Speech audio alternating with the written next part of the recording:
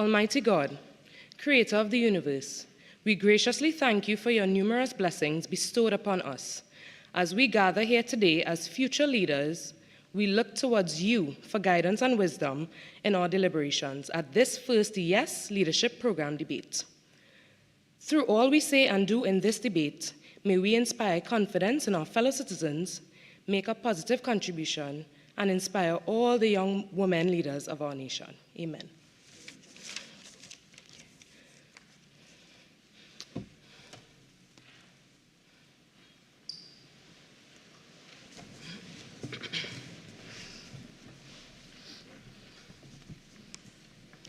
Oath or affirmation.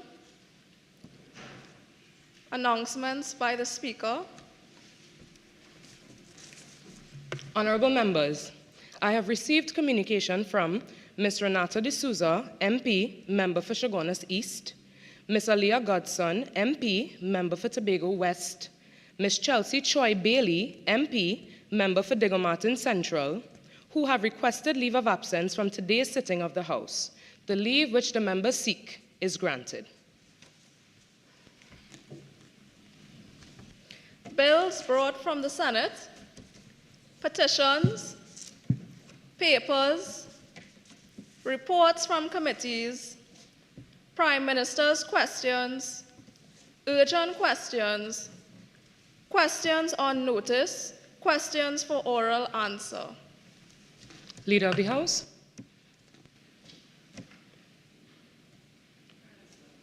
Prime Minister.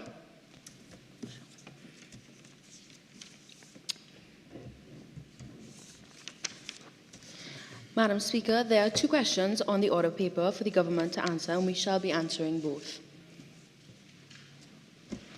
Member for St. Augustine. Thank you, Madam Speaker. Question number 1 to the Minister in the Office of the Prime Minister, Gender and Child Affairs.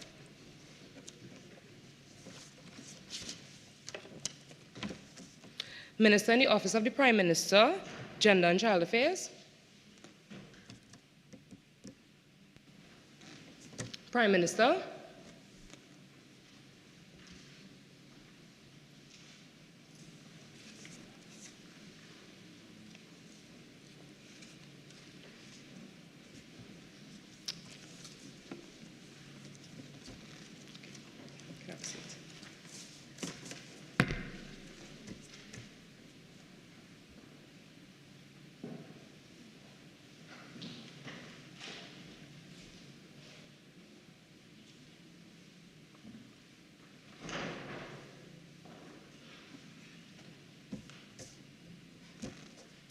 Member for Princestown.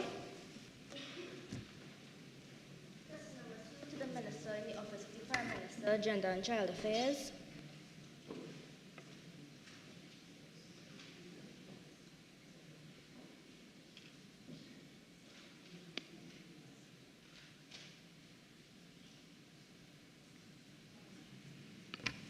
Leader of the House.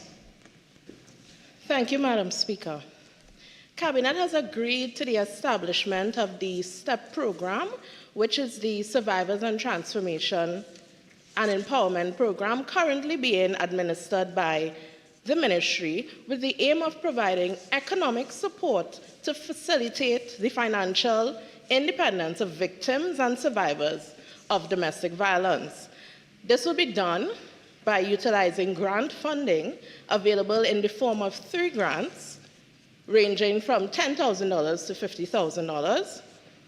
And the process, the person just needs to be above 18, needs to be a citizen of Trinidad and Tobago according to the Immigration Act, and the forms are available online. Thank you, Madam Speaker.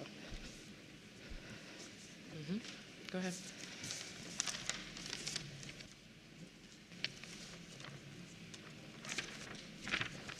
Requests for leave to move the adjournment of the House on definite matters of urgent public importance.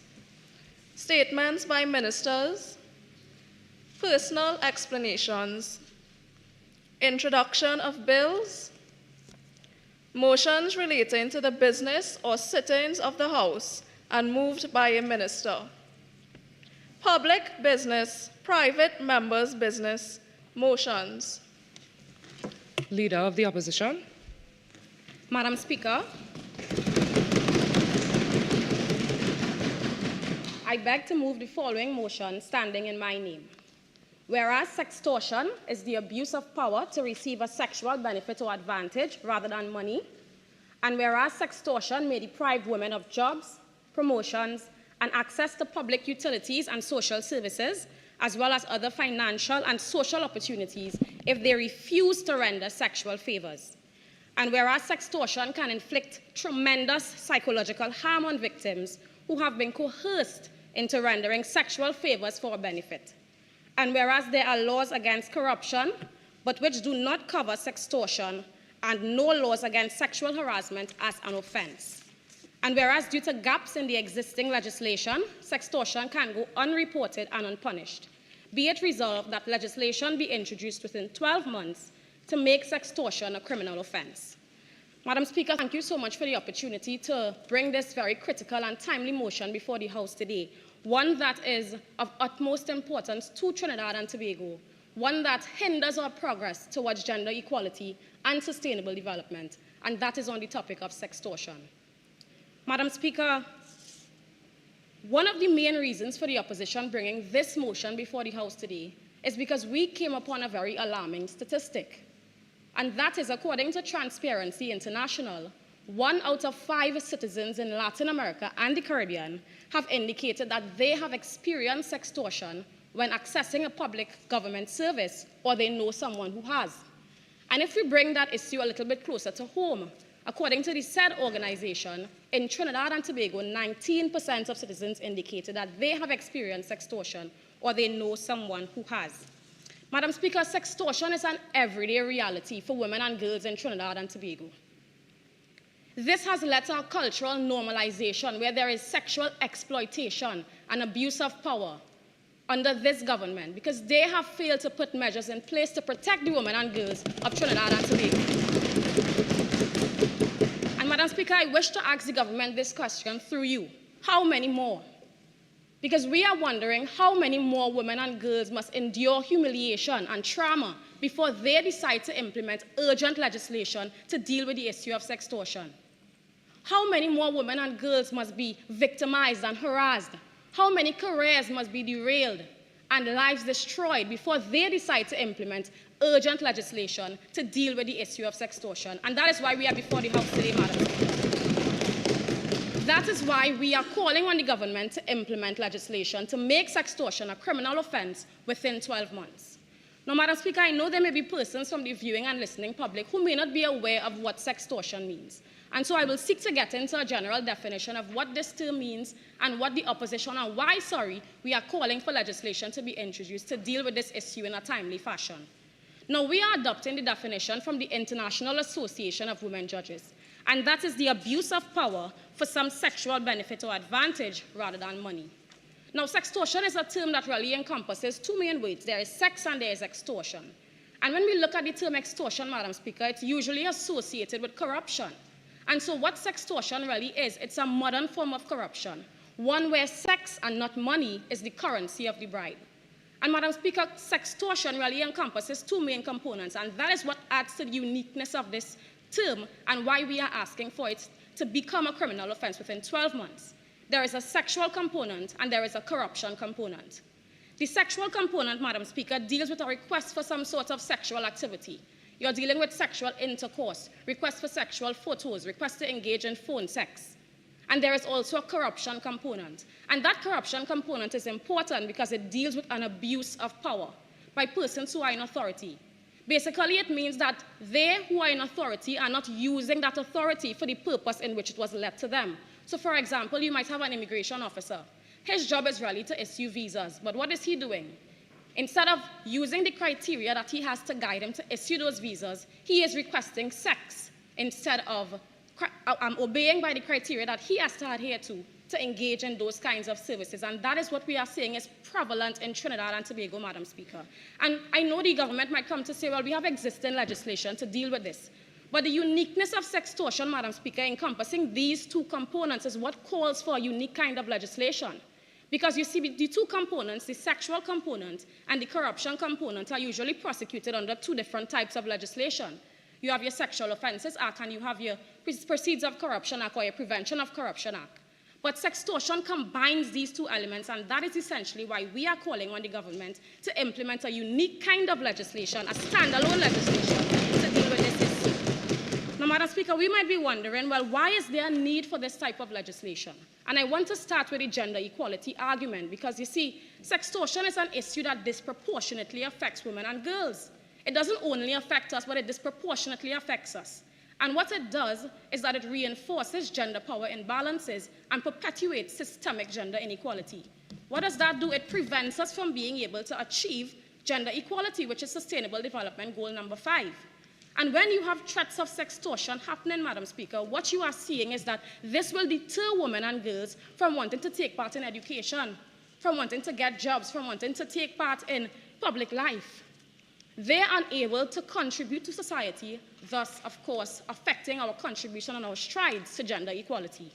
And one only needs to throw their mind back a few years ago, where under this government, there was an allegation against a former minister. Well, he was fired so quickly, never to be seen or heard of again. But what about the victim? Where is the victim? She was subject to some kind of gag order, Madam Speaker, where we didn't hear about the terms of that settlement. That is the reality of women and girls in Trinidad and Tobago.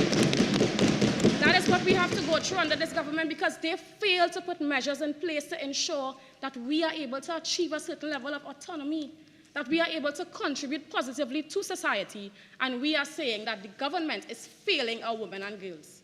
And I want to just highlight very briefly CEDAW, because of course we are a state party, we have ratified this treaty, and General Recommendation 19 calls on the government. It urges states to implement legislation and policies to combat all forms of discrimination against women. But what do we have in Trinidad and Tobago? What do we have in Trinidad and Tobago, Madam Speaker? I want to go next to the deprivation of constitutional rights, because that is exactly what sextortion does. Is it infringes on the rights and freedoms that have been afforded to us in the Republican Constitution. We are talking about rights to security of the person, respect for family life, equal treatment from public authorities. And we only need to think about a month ago in the case of Tutlamkin against the Attorney General. The High Court said that these state agencies failed that woman in that case.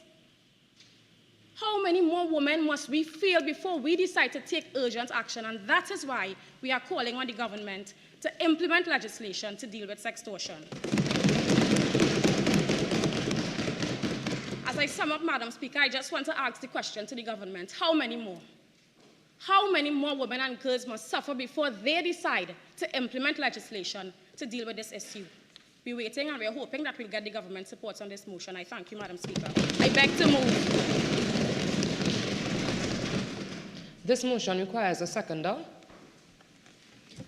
Madam Speaker, I beg to second the motion, and I reserve to speak the right later in this debate. Honourable members, the motion being seconded, I shall now propose the question for debate. Be it resolved that legislation be introduced within 12 months to make sextortion a criminal offence. The Attorney General.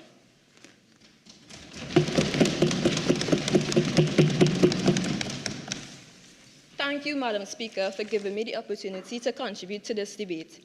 And I wish to start by saying that this government is committed to delivering sober and responsible leadership, and we continue to be guided by the principles of the Constitution. For instance, in the preamble it states, whereas the people of Trinidad and Tobago have affirmed that the nation is founded upon principles that acknowledge faith in fundamental human rights, the dignity of the human person, and equal and inalienable rights with which all members of the human family are endowed with by their Creator. And it is on this note that the government welcomes the need to name, shame, and end sextortion in Trinidad and Tobago.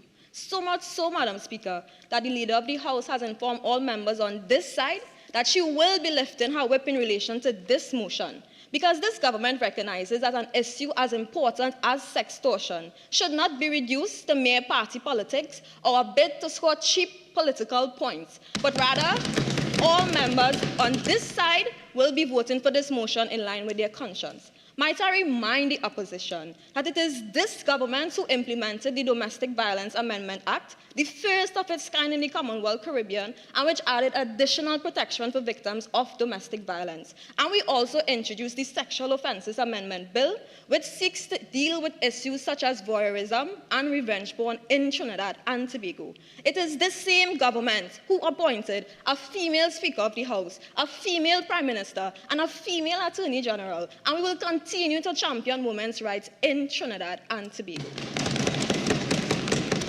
To be quite honest, I was quite surprised to see that the opposition has found a newfound interest in fighting corruption in Trinidad and Tobago. When just last week, the same opposition voted against the Whistleblower Act in the Senate. And let me just state the long title of that particular piece of legislation for you to understand the impact that it can have on the same issue that the opposition is raising here today. And I quote, "It is an act to combat corruption and other wrongdoings by encouraging and facilitating disclosures of improper conduct in both the public and private sector, and to protect persons making those disclosures and detrimental actions." So therefore, when I let my chief parliamentary counsel know to start drafting the piece of legislation on sextortion, and it is brought before the same house in the next 12 months, I hope that the members of the opposition remember the fancy speeches that they give here today, and that they do not simply oppose the piece of legislation for opposing's sake.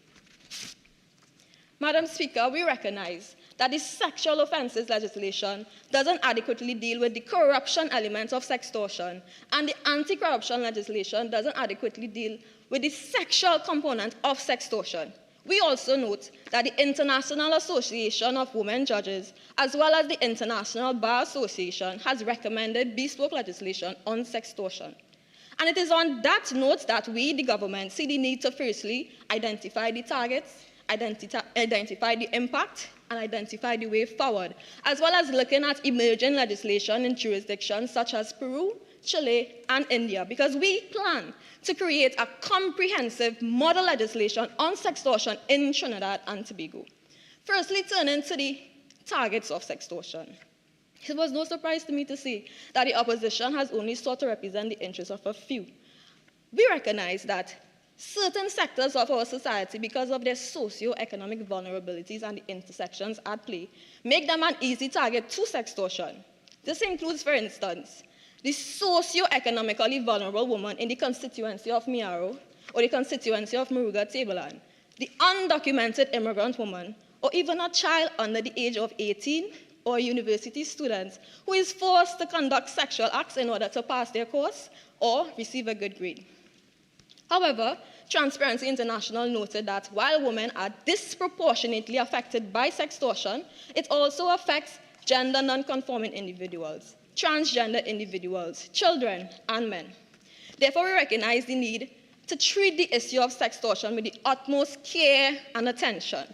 And we recognize that simply enacting legislation to adorn our law books is not enough, which is why the government recognizes the need to develop a comprehensive plan to deal with the issue of sextortion. And we plan to do the following.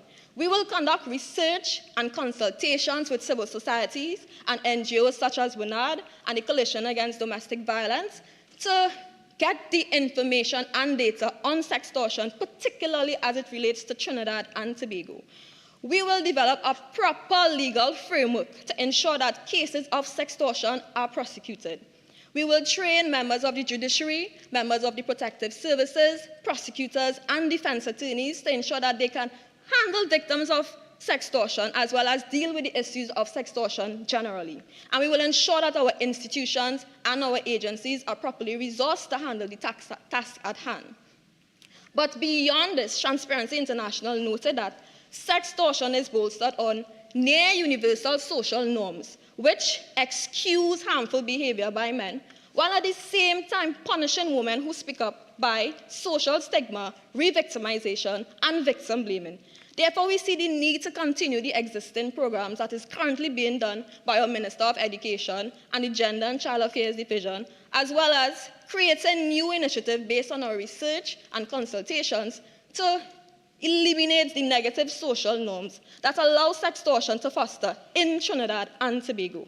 Put simply, Madam Speaker, this government is ready and able to handle the task at hand.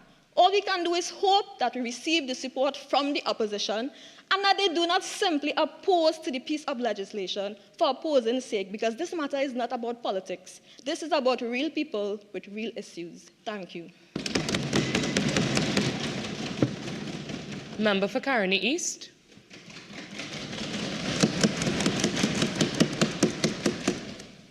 Thank you, Madam Speaker, for your indulgence. Thank you for the Leader of Opposition for bringing forward such a pertinent motion on sextortion and for the contributions made by my friend. Madam Speaker, as we stand here today, we will be debating about sextortion, speaking about sextortion, and I thank my friend on the other side. Sorry, Member, let me remind you to refer to members in the House by their title and constituency, please. I'm guided, Madam Speaker. Today we will be speaking about sextortion. But the question I ask and pose here today, do we really understand what is sextortion? Do we recognize the importance of sextortion, Madam Speaker? The harsh reality is that in Trinidad and Tobago, according to Transparency International, it is rampant throughout the world. It occurs in the highest offices throughout the world. And this is something that we cannot shy away from, because we could see the recent death of Sadna Gangu and the recent judgment of Tutlamkin because of the failure of the state, the failure of the TTPS to treat with these victims, Madam Speaker. Now, the difficulty that we have here today is that there's a lack of awareness, the lack of education, the lack of campaigns on sextortion. But I here today would like to explain and break down to the public what is sextortion. As the Leader of the Opposition previously expressed the definition provided by the International Association of Women Judges, I would like to add and re-emphasize that sextortion, the currency is sex and not money. Sextortion came about through sex and corruption. But what distinguishes sextortion from any other sexual abusive conduct is the component of the sex and the component of corruption. But what I like to emphasize is that the component of sex, it could be implicit or it could be explicit, meaning that it can range from sexual intercourse, it could range from sharing photos, it could range to exposing body parts. But I would like to mention that it could affect persons indirectly. For example, you have the case where there is a person is incarcerated, and a family member wants to send medication to that incarcerated person. The family member will most likely have to give in to the sexual favors that the prison officer is asking for the medication to go across. How fair is that to be affecting persons indirectly and nothing is being done about it? The Honorable Attorney General mentioned that you are ready to prepare model sextortion legislation. But why didn't this bill come before the come before Parliament anytime before? Why is it now? And why is it you all are now discussing this when the opposition has brought forward this pertinent topic here today? Madam Speaker, I'd like to exaggerate on the corruption element, and the government is very privy of corruption. There are three distinct elements that we need to satisfy. The first being the abuse of authority, the second being quid pro quo, meaning that you're doing this for that. And the example, simple as the Leader of Opposition mentioned, the immigration officer, you have to give a sexual favor in order to get refugee status. How fair again is that, Madam Speaker? How much more persons are going to suffer here today, Madam Speaker? Now, the Honorable Attorney General mentioned a few existing legislation. And I agree that we have existing legislation, but there are shortcomings with these legislation, Madam Speaker. The Honorable Attorney General brought forward the Sexual Offences Amendment 2024, the bill that came before Parliament. The Honorable Attorney General mentioned sexual voyeurism, but I would like to mention again, where there is sex and there is corruption, there is shortcomings because either the sexual component is being addressed or the corruption component is being addressed. There are no crossroads of sex and corruption, Madam Speaker. When we speak to the Domestic Violence Act and the amendment that came about in 2020, the Domestic Violence Act speaks to protection orders, but it does not speak to the issue of sextortion, Madam Speaker.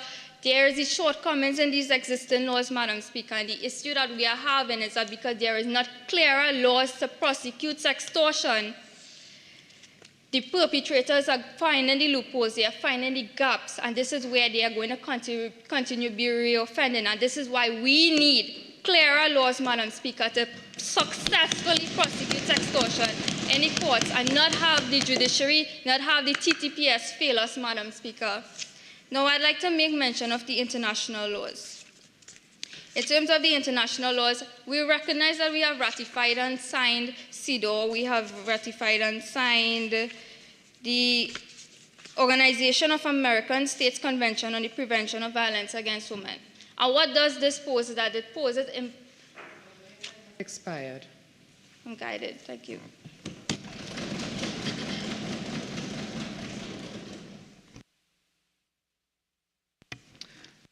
Member, please continue. You have 1 minute left. Thank you, Madam Speaker. Sorry.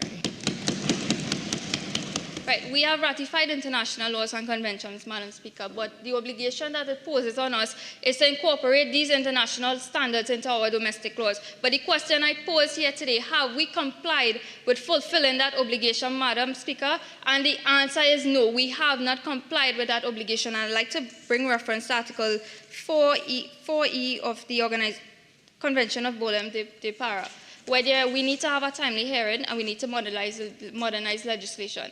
Now, we are not having timely hearings, as we've seen in the Totlampkin matter, and because of the lack of timely hearings, this is why we are asking for 12 months, the legislation to be implemented in 12 months, Madam Speaker.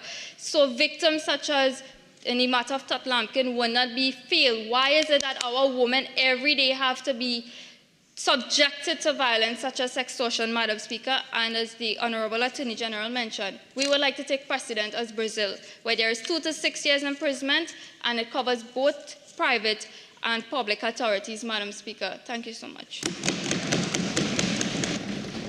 Member for Tunapuna. Thank you kindly, Madam Speaker, for allowing me this opportunity. Good morning to all members of Parliament, and thank you to the residents of the Tunapuna constituency for putting your trust in me to represent you. Madam Speaker, the opposition has put forward a motion that we, the government, have no intention of objecting to. In fact, we agree that sextortion is a real and serious issue that plagues our beautiful Twin Islands. Madam Speaker, the member for Caroni said, why now are they hearing of the plans for legislation? But I would like to let them know through you, Madam Speaker, that we are not in the business of quick fixes. Legislation is to be carefully and cautiously drafted. The opposition wants us to bring subpar legislation on such a serious issue. Madam Speaker, we, the government of Trinidad and Tobago, are here to protect our citizens, and this motion, we believe, is in the best interest of Trinidad and Tobago. Madam Speaker, we, the government of Trinidad and Tobago, must consider all citizens from all backgrounds. As a representative for the people of Tunapuna, I meet with my constituents every week, and I have received many complaints, Madam Speaker, of persons being taken advantage of. I like to connect with the people of Trinidad and Tobago, and I find one of the best ways to do this, Madam Speaker, is by traveling via taxi. And on one of those instances, Madam Speaker, I sat in a taxi and listened to the taxi driver recount an occasion where he met a female employee who told him that if she wanted to move up in the company, it was told to her that she must render sexual interactions with the supervisor in charge. What came as a shock to me, Madam Speaker, was a mere Wednesday morning taxi talk to the passengers in this taxi. It was accepted as a norm, Madam Speaker. The taxi driver and the passenger then laughed and dismissed the ordeal, saying, well, and you know, the only way for women to move up in the business is to sleep with the boss. All of them doing it. All of them doing it, Madam Speaker. This is the notion that is circulating in Trinidad and Tobago, that it is normal for persons to render sexual favors in order to be promoted or elevated financially or in any other way. And this is just the tip of the iceberg. A number of persons in the Tunapuna area, Madam Speaker, are employed on short-term basis in mostly private jobs. and an even greater majority as stay-at-home parents who depend on working spouses to supply their needs. It breaks my heart to hear some of the horrors that these vulnerable persons experience on a daily basis. Wives who depend on their husbands to provide basic needs of the household. These are some of the women who come to me in vulnerable situations because a lot of the times the necessities are withheld from them by their spouses in exchange for sexual favors. And they have no choice but to comply in order to manage their affairs. We, the government, also need to consider how we are going to craft legislation to protect these members of society. And there are many vulnerable groups, Madam Speaker, who can fall prey to the crime of sextortion if they are not protected. We hear our constituents, we hear the members of the public, the citizens of Trinidad and Tobago when they ask for assistance. And this is why the government would have started putting things in place, Madam Speaker, to address the issue of sextortion. Talks have commenced among the members of the government, and we have started working on community outreach programs to educate persons about sextortion. Yes, without a doubt, legislation needs to be put in place. But what use would legislation be, Madam Speaker, if persons are not aware of them or are not accepting that sextortion is a real and dangerous issue? We, the members of Parliament, not just the government, but the opposition also, and largely everyone in this room, Madam Speaker, needs to start with education. Educating ourselves on what sextortion is and why it is such a dangerous thing that needs to be made a crime. Then we need to educate the public. And I hope, Madam Speaker, that the opposition is not only good at crafting motions, but that they will come with the same bright-eyed and bushy-tailed eagerness, as the saying goes, when it is time to support the passing of a well-crafted, properly drafted, effective bill presented by our learned Attorney General. We need to change the notion, Madam Speaker, that it is acceptable that power can be abused to receive sexual benefit or advantage rather than money. Madam Speaker, I thank you for allowing me to contribute to this debate. This concludes my contribution. Member for Princestown. Speaker, I thank you. For the public interest on our national security, sextortion puts into question the moral authority and obligation of our government to dispense justice to the victims of Trinidad and Tobago. My colleagues highlighted sextortion elements, whereas I am here to highlight the interconnected social ills. Madam Speaker, on the prevalence of sexual abuse, cybersecurity, and exploitation, I agree with our friends. We have the Sexual Offences Bill, and you have it amended for 2024. Member, I'm just reminding all members to refer to each other by their constituency, please. Noted. So yes, we do have the Sexual Offences Bill, and you amended it in 2024. However, you only changed one clause to include stuff that highlights sharing of sexually incriminating pictures via the internet without the consent of the person. Madam Speaker, these specifications are adopted within a specific clause. Why wasn't it given to a standalone act on the pretext of simplifying the law and creating clear distinction to warrant a criminal offense for the average citizen? To legally implicate perpetrators in the courts, we are still pulling clauses from multiple acts and bills, as opposed to sensibly using one ratified legislation to address these cyber and modern elements of sexual abuse and exploitation. Madam Speaker, this absurdity of cycling through bill after bill to finally sentence a sexual offender only lengthens the time, emotional duress, and defamation of the victims, whilst calling into question our government's ability to protect the integrity and credibility of our women in both the public and private spheres. This cannot be overlooked because within my constituency of Princestown, the incident involving former TT pageant contestant and nurse of the health facility sparked from her allegedly blackmailing someone with sexual videos. This shows that sextortion is linked to sexual violence and the meditated murder of blackmailers. Madam Speaker, actions render words obsolete. How can this House forget that we have a civic responsibility to the protection of persons within the borders of Trinidad and Tobago? It will be a discredit to the intellect of the citizens if we deny that we have porous borders and measures to strengthen or to audit for stricter protocols amongst our Coast Guards and officers of the law.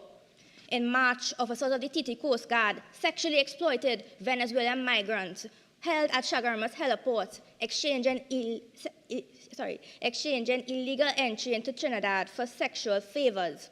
Madam Speaker, this is a stain to the integrity and impartiality of our security forces, much less this nation's ability to honor the UNHCR 1951 Refugee Convention that clearly details their right to protection free of any punishment for irregular entry into our contracted state. Honorable members, under the Ministry of National Security, we have breached the trust of vulnerable citizens, persons, and in our lowest hours, the trust of regional immigrants and asylum seekers who now associate this beautiful nation with the vulgarity of sextortion that they experience firsthand on our shores. Madam Speaker, I wish this was only one incident, but true to the temporary amnesia of the government bench, we not only prove to the world that we struggle to protect our own women and children, but we fail to protect the women who visit our shores, who come to appreciate our culture. How could this cabinet forget? In 2016, we suffered from international backlash when a female Japanese panelist was murdered and her family was not given any justice. While she was not sexually abused, this was the first warning sign of sextortion in Trinidad and Tobago. The teeth markings on her face, as gruesome as it was a display of violence, and in accordance to the European Institute for Gender Equality, were the act of killing a woman on the basis of power imbalance to attain sexual gratification and control over her body. Madam Speaker, this is known as sexual femicide, and it indeed connects to the seeking of a sexual advantage over a vulnerable and innocent woman within our borders. Member? Madam Speaker. You can have a seat. Thank you so much for your contribution. I'm just asking if you can refrain from reading a bit. Thank you. Thank you, Madam Speaker. Madam Speaker, the hesitance on the government to admit to their shortcomings to monitor the legislature has opened us up to ridicule and public scrutiny, not just within Trinidad, but to our regional sister islands and to the global community. Madam Speaker, our national security has grown wary. How can we trust them when they failed to acknowledge that they had internally compromised units within the cybersecurity forces?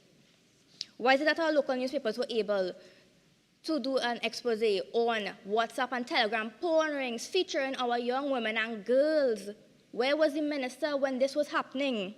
Madam Speaker, I'm not here to undermine our honorable ministers. In fact, we congratulate you for the Whistleblower Act, but why wasn't this utilized to create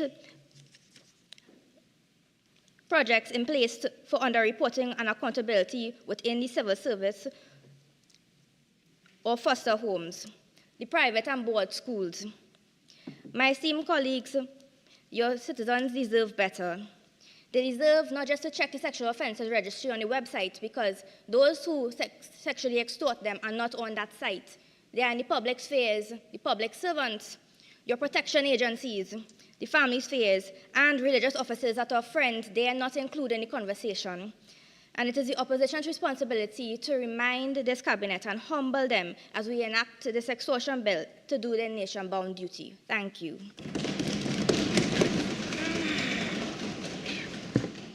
Minister of National Security.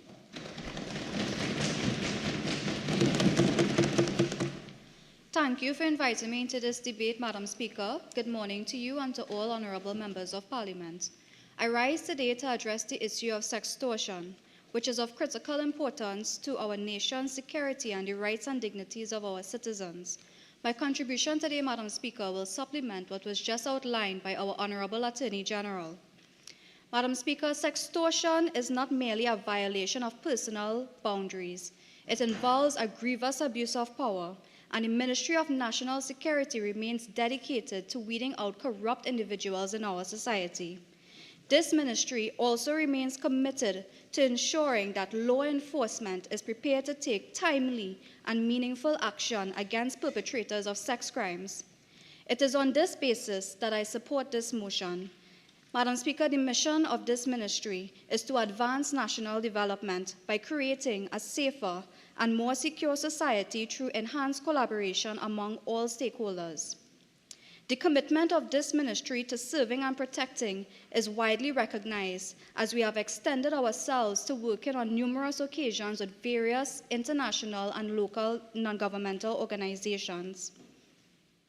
Data from the Trinidad and Tobago Police Service indicate that over the last 3 years, there have already been over 1,200 reported cases of sexual offenses, and therefore addressing these crimes is a priority of this ministry. Information from NGOs such as the Rape Crisis Society and CAISO have indicated that matters of sextortion have gone unreported due to victims' profound fear and shame. Madam Speaker, last week, a new head of the Gender-Based Violence Unit and Special Victims Unit was appointed, and internal improvements within the Trinidad and Tobago Police Service have already been in progress. There have been the strengthening of police methods and ensuring the advancement of resources in taking reports and conducting investigations. Madam Speaker, our law enforcement is piloted by passionate officers and state prosecutors, and they stand ready to deal with sextortion as a standalone criminal offense. Madam Speaker, the departmental order of 2015 for the Gender-Based Violence Unit that speaks to the training of law enforcement has always been adhered to. I would like to name just a few of the training mechanisms that are presently utilized in our specialized units. Training in requirements of laws on gender-based violence and sexual offenses, training in forensics, training in interviewing victims and suspects, statement recording and report writing, emotional intelligence, customer service, team building, and process and operation. In relation to the element of abuse of authority in this proposed offense, we are strengthening current training regimes to include specialized training on sexual grooming and witness protection. In response to member for Princestown on the other side, you know, Madam Speaker, there's a famous saying, there's always room for improvement, and naturally, a criticism could always follow. Society is constantly evolving, Madam Speaker, and so are we, as we seek to meet the needs of all our citizens on a daily basis. To advance my point, Madam Speaker, we recently installed customer service boxes across all police stations nationwide. We have built a bridge with our citizenry to hear their concerns and their experiences in our police stations. Madam Speaker, when new legislation in relation to sexual offenses are proclaimed by the President, the legal unit of the Trinidad and Tobago Police Service would organize training and sensitization of the law to all specialized units that would be affected by the legislation to enforce the legislation. This ministry's efforts in collaborating with our internal and external stakeholders, including international organizations, has in the past ensured that offenses involving corruption are dealt with the utmost professionalism and integrity, and will continue to do so in the future. This is the standard that our ministry holds our law enforcement agencies to. Madam Speaker, I now seek to highlight a particular matter that was brought to my attention by one of our NGO consultants. There was a matter where a socially displaced victim was buggered by a pastor who housed him in exchange for sex and labor. Madam Speaker, this was a story that was widely circulated in the Daily Express in an article dated the 22nd of August 2019, where the pastor was charged on 8 counts of buggery. I raise this point to show that matters of sextortion do not only affect women. And Madam Speaker, I would like to highlight that this incident involving a male victim occurred in the constituency of Chaguanas West, where one of my colleagues on the other side sits. The opposition should therefore appreciate the need for this legislation to protect all genders in vulnerable situations. Madam Speaker, and to further add to this point, introducing legislation for sextortion will benefit our nation's security as a law that can comprehensively address the issue of corruption and sexual offences. I fully support widening the scope of the investigative powers of the police in dealing with corrupt individuals. Madam Speaker, I therefore stand with my colleagues on the other side in support of this motion to ensure the protection of all our citizens against persons in public offices and high-profile persons in the private sector. Member, your time has expired. Thank you for hearing my contribution, Madam Speaker. That was the Member for extent of it. Maruga Tableland.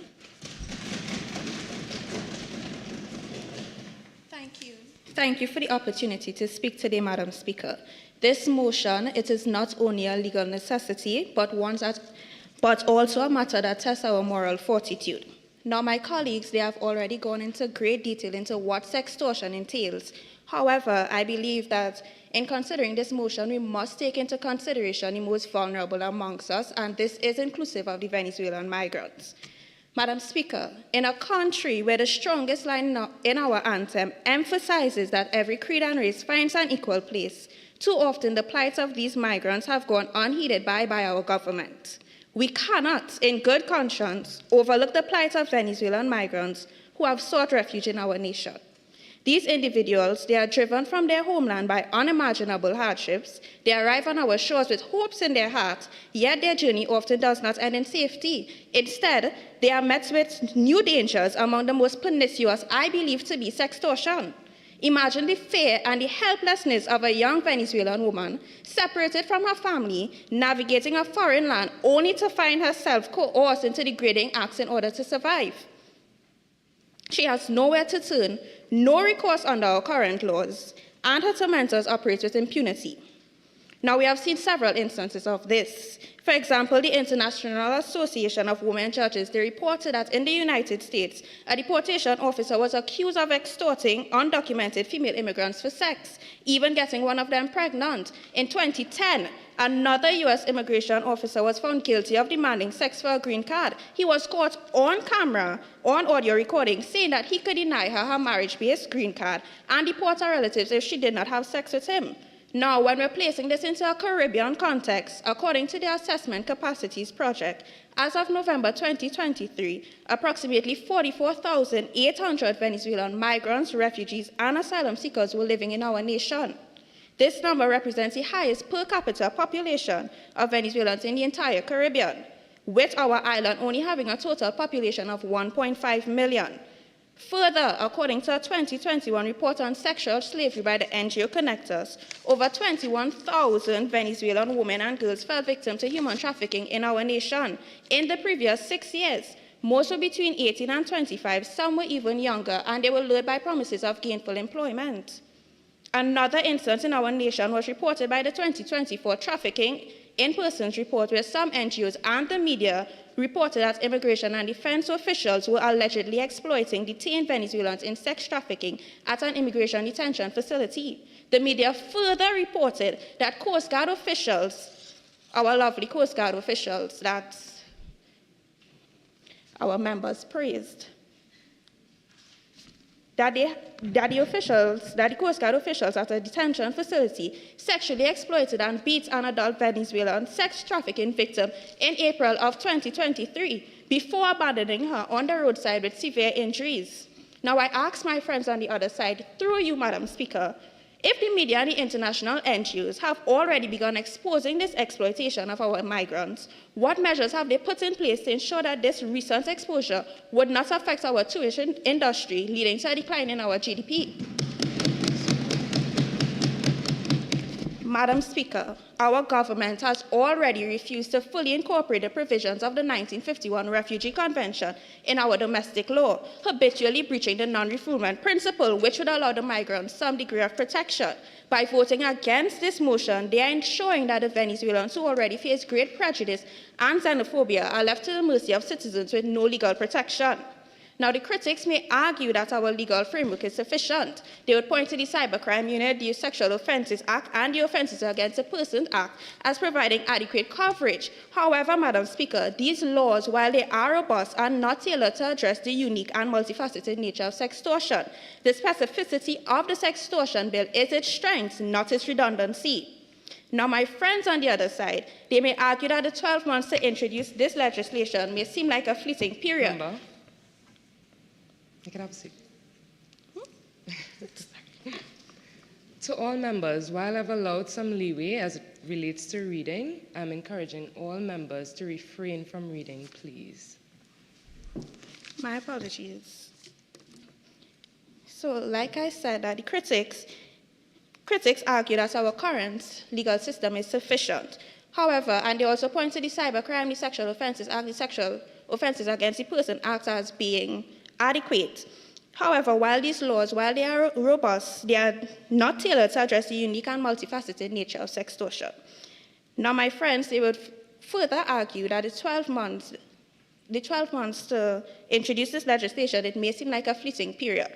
However, Madam Speaker, I reiterate that expedient action needs to take place in order to protect our young women, the young Venezuelan women, and the young girls of our nation, where history has already shown that our government has failed to protect them. The minister, she claimed that our society is constantly evolving, and I beg the question, is our government evolving? Are they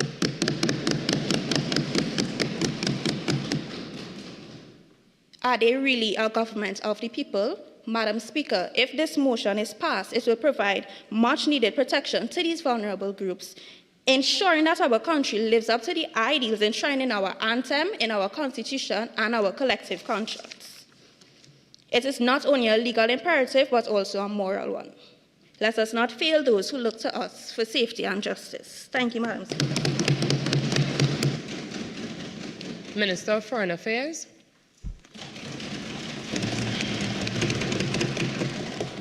Thank you, Madam Speaker, for allowing me the opportunity to address this crucial issue of introducing new legislation to make sextortion a criminal offence.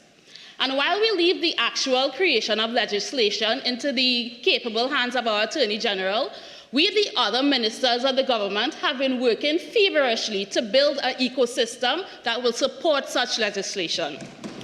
Because, to quote the International Association of Women Judges 2012 toolkit, naming, shaming, and ending sextortion, the statutes may be adequate, but statutes alone do not a legal culture make, clearly indicating that it goes simply beyond passing laws, but actually creating a culture and infrastructure to support and enforce them effectively. Madam Speaker, my fellow ministers have already been telling you this morning and will continue to inform you of how they have the local arena under control. So let me, as the Minister of Foreign and CARICOM Affairs, inform you as to how we've been working with the regional and international relations, in order to combat inequity, inequality, and corruption, which all lend to sextortion. Madam Speaker, as the external arm of the government, my ministry is committed to forging strategic partnerships with the neighboring countries and international entities. This approach helps us to broaden our knowledge base as well as accelerate our access to best practices.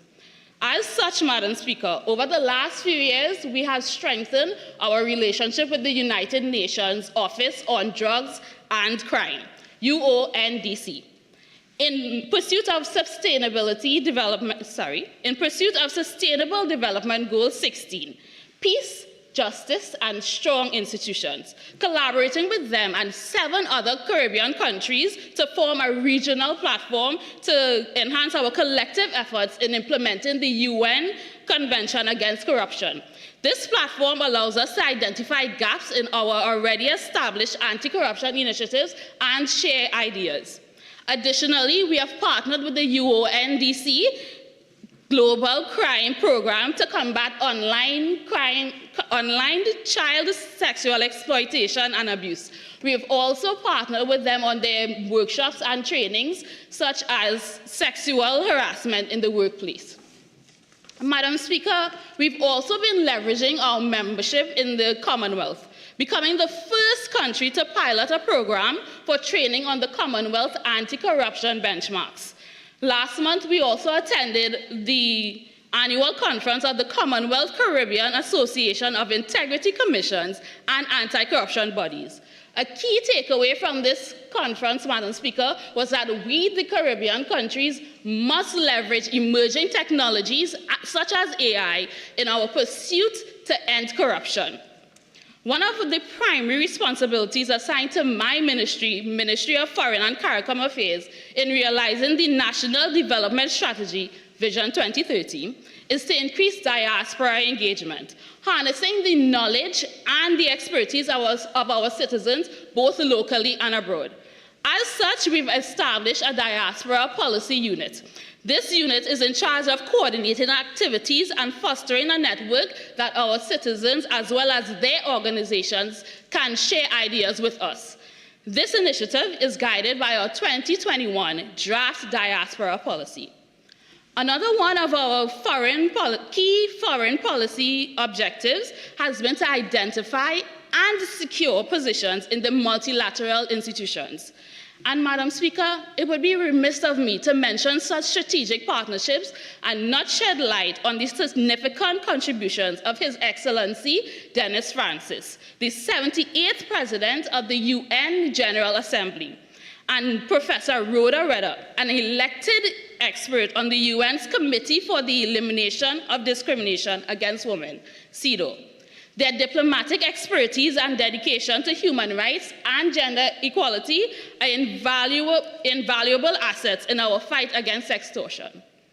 Madam Speaker, I know the opposition is saying, well, if your ministry is doing all of this, where are the results? Where are the results?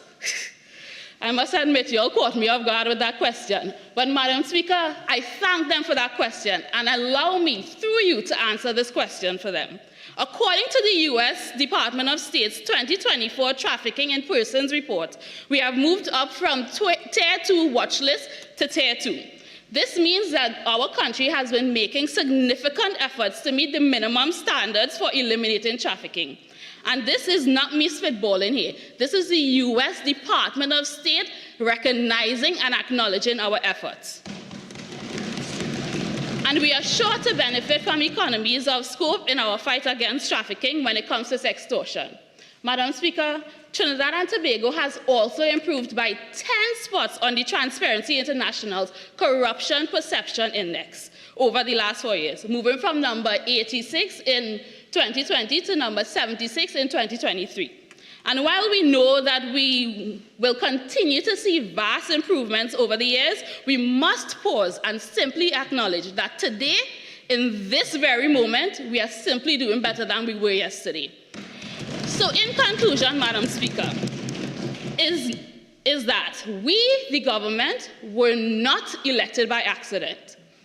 We were chosen. And so... Member, your time has expired. Thank you, Madam Speaker. Minister of Foreign Affairs. Thank you, Madam Speaker. Thank you, Madam Speaker, for the opportunity to enter this debate.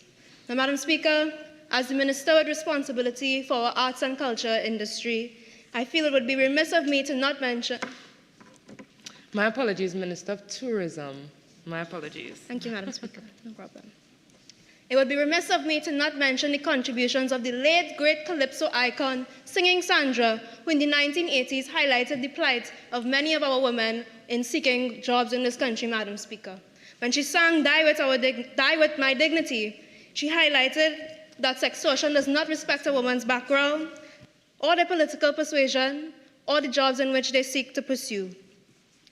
Now, Madam Speaker, I was shocked and saddened to hear of a possible instance of sextortion taking place within one of our hotels, after a matter which reached the High Court in 2023 included a claimant explaining that he had been tasked with recruiting young women who were expected as part of their work to provide sexual favors for the owner of that establishment, Madam Speaker.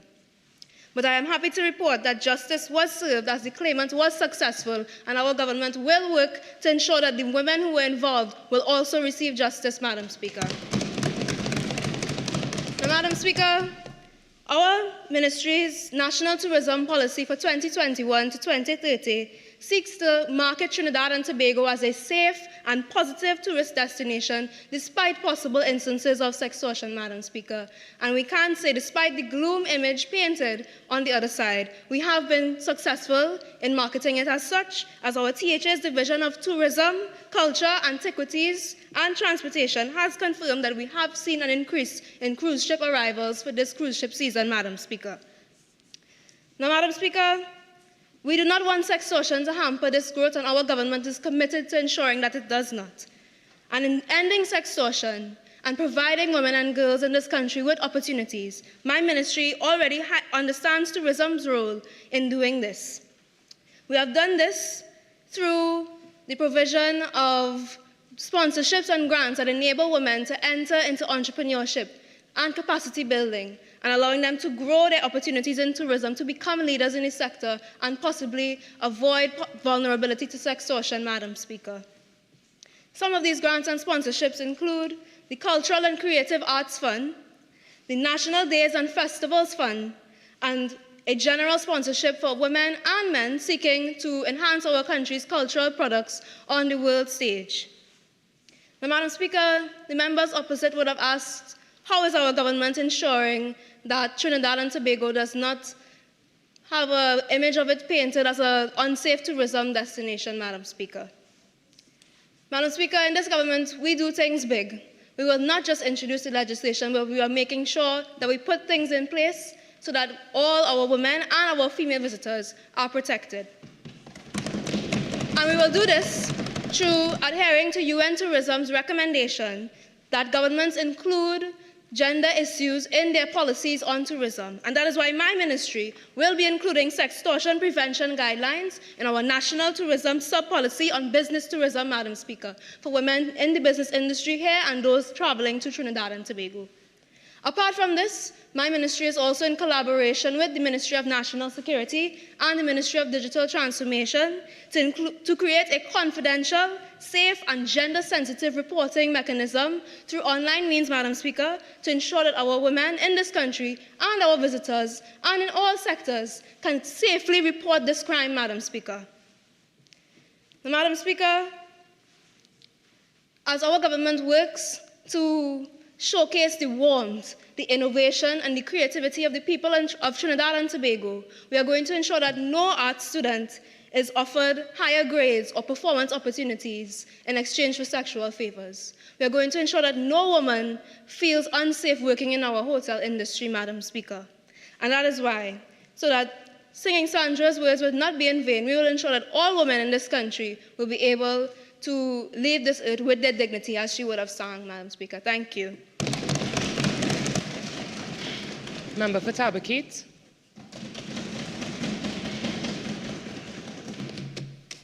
Thank you, Madam Speaker, for the opportunity this morning. I would like to begin by reading an article from Transparency International entitled "The Deafening Silence Around Sextortion," published on the 5th of March, 2020.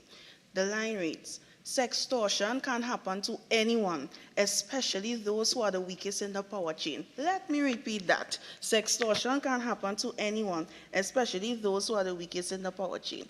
Madam Speaker, I rise here today to address an issue that strikes at the very heart of society. And Madam Speaker, that issue is sextortion. Sextortion can happen to anyone, Madam Speaker, and especially those who are vulnerable and the weakest in the power chain. Madam Speaker, this motion means so much to me, Madam Speaker, coming from humble beginnings and a single parent home, Madam Speaker. I know what it feels like for all the mothers in this country doing what they have to do to ensure that food is on the table for their children, Madam Speaker. Madam Speaker, as a proud member of Parliament for Tabakit, a rural area underserved and basic amenities that the urban areas take for granted, Madam Speaker, we do not have. Madam Speaker, imagine in the 21st century, I have to come in this honorable house and beg for some water, Madam Speaker, for my constituents, some water? No, no, no. Madam Speaker, this Minister of Public Utilities is in a deep sleep, Madam Speaker. And Madam Speaker, being in a single parent household, Madam Speaker, and a young girl, you know, I love Disney princesses, Madam Speaker, and this Minister of Public Utilities reminds me of Princess Aurora. She is in a deep sleep, and Madam Speaker,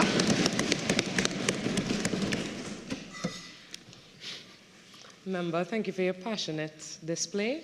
Please keep your contribution in line with the motion. Thank you. I am guided, Madam Speaker. Madam Speaker, I am here to let her know that I am waking her out of this deep sleep because, Madam Speaker, water is life. Water is life, and how can we, Madam Speaker, blame women doing what they have to do in order to feed their families, Madam Speaker, doing what they have to do in order to get a job, Madam Speaker, doing what they have to do in order to survive, Madam Speaker. And I am not only talking about my constituents, but all rural communities, Madam Speaker. Madam Speaker, this creates a breeding ground for sextortion, Madam Speaker, and women are pressured into compromising their dignity and integrity just to survive, Madam Speaker. How could this be? Madam Speaker, this is not a statistic, Madam Speaker, but this is a harsh reality for many, Madam Speaker. Madam Speaker, I know our Minister of Public Utilities, she's going to come here and say that they have grants and they are doing a whole lot of things for the vulnerable in society. And Madam Speaker, I just want to touch on the UAP, the Utilities Assistance Program, Madam Speaker, and on their website, the Ministry of Public Utilities, that is, it says that it provides financial assistance to eligible citizens to ensure their continued access to basic utilities. But, Madam Speaker, how can they give financial assistance for continued access to basic utilities and we don't have the basic utilities? Madam Speaker, this minister needs to make it make sense, Madam Speaker. Madam Speaker, I have a question for the minister, through you, of course. I want to ask her, how many persons have benefited from this program in the last 3 years? And if she can come in this house and tell us the geographical locations of these recipients. Because in Trinidad and Tobago, it's a who-you-know society. If you don't know someone, Madam Speaker, you can't survive in this country. Crap or smoke your pipe if you don't know somebody, Madam Speaker. Madam Speaker, this is a clear indication as to why we need comprehensive legislation against extortion. Madam Speaker, if this government has a conscience, Madam Speaker, they will do what is right and put their differences aside, Madam Speaker, because this motion is not only about enacting a law, Madam Speaker. We, as the opposition, will not tolerate no form of sextortion in any form or fashion, Madam Speaker. So, Madam Speaker, let's be champions of justice and equality, and let us, my friends on the other side, let us support this motion to protect our people, Madam Speaker, the citizens of Trinidad and Tobago. I thank you. Minister of Public Utilities.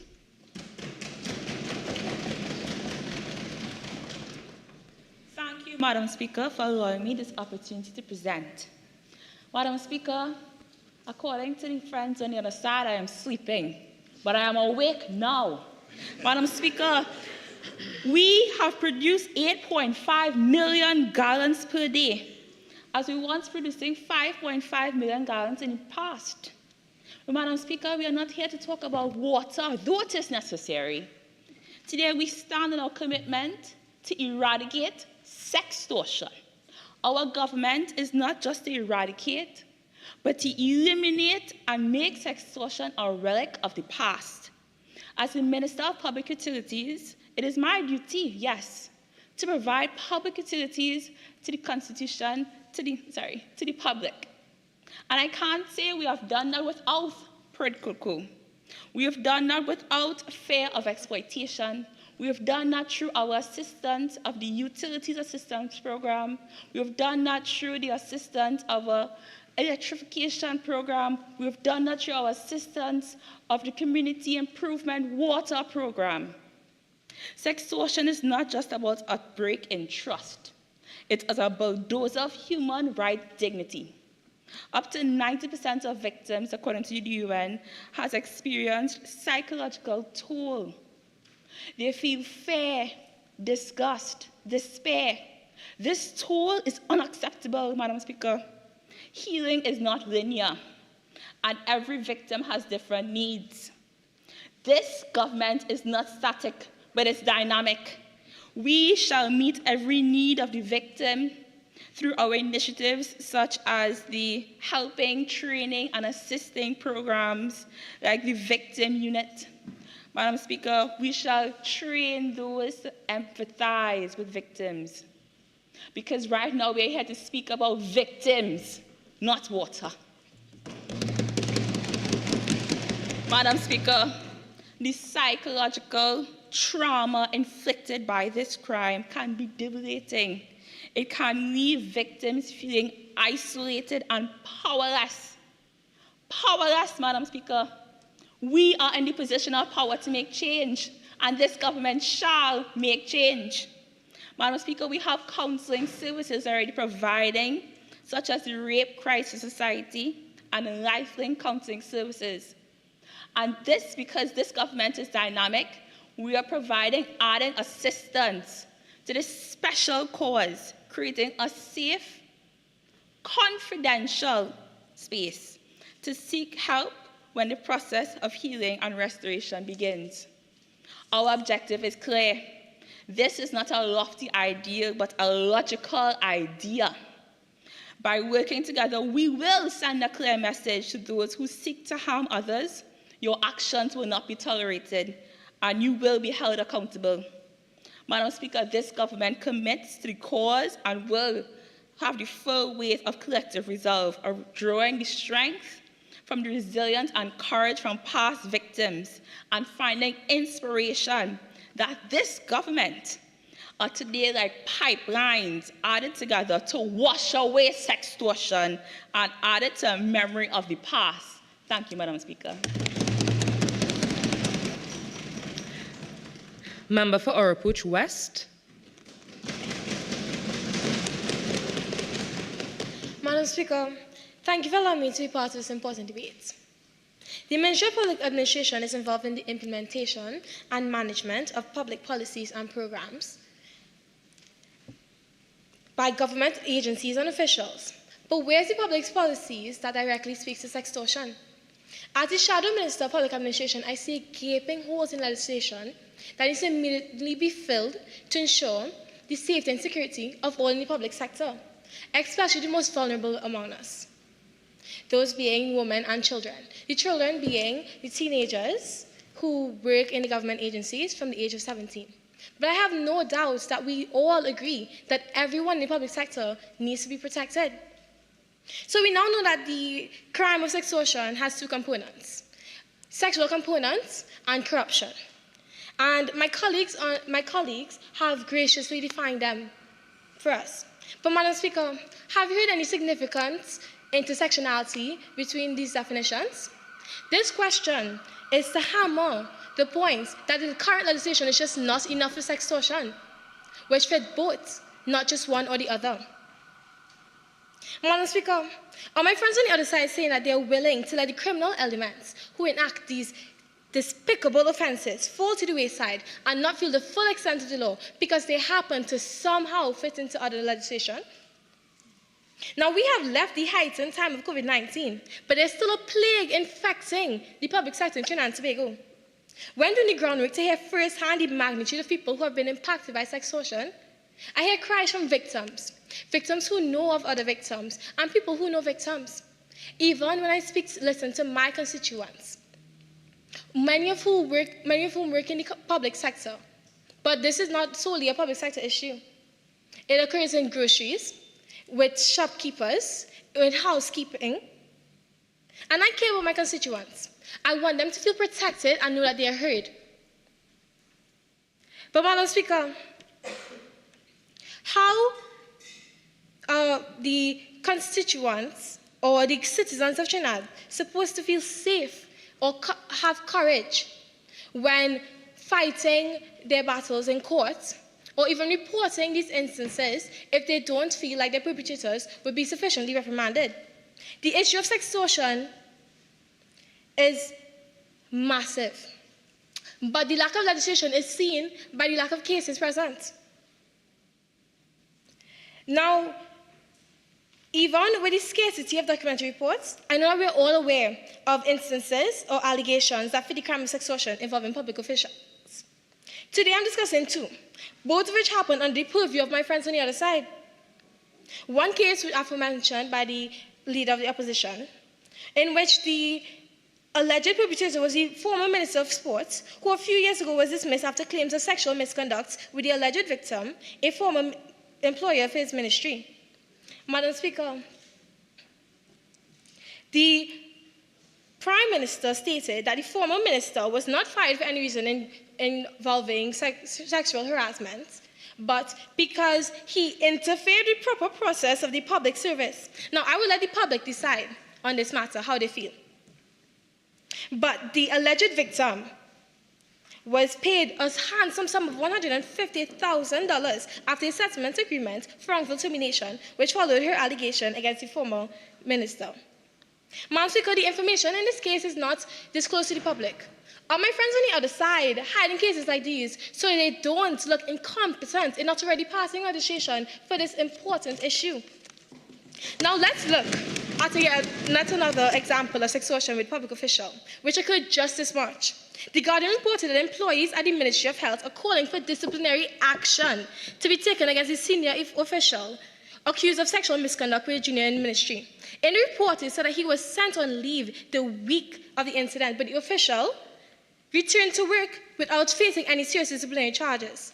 Madam Speaker, the employees want justice for their colleague. They want to feel safe in their offices. They want people to be held accountable for their wrongdoings. And by passing legislation, it would be possible, it should be possible. And the perpetrators would receive their proper sentences and not just be allowed back in the public offices, causing these subordinates to feel fearful and unheard. Madam Speaker, it's high time that my friends on the other side implement legislation that will protect workers in all ministries. Madam Speaker, I ask you, are they really comfortable with not urgently, in this 12-month time frame, implementing legislation that would allow perpetrators of this horrendous act to feel the full brunt of the law and get the appropriate sentence? Thank you, Madam Speaker. Minister of Public Administration.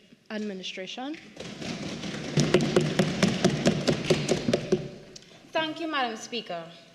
And thank you to the opposition for always opposing everything that we say on the government side. But let's not start with that. According to the 13th report on the Joint Select Committee on Human Rights, Equality and Diversity on Sexual Harassment in the Workplace, there were 14 reported cases of sextortion and sexual harassment in the workplace.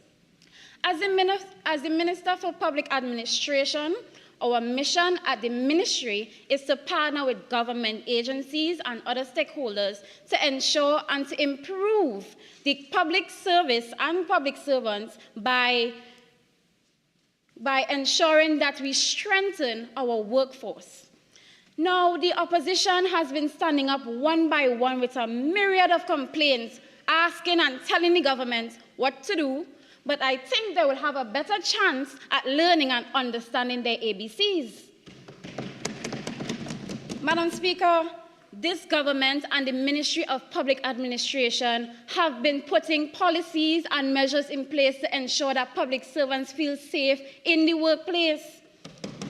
The Ministry of Public Administration continuously implements strategies like training programs to ensure that public servants have to develop their personal and professional lives in the workplace. There are training programs like emotional intelligence, introduction to ethics and values, or even managing stress effectively. And I'm sure some of the members and the opposition will definitely benefit from these training workshops.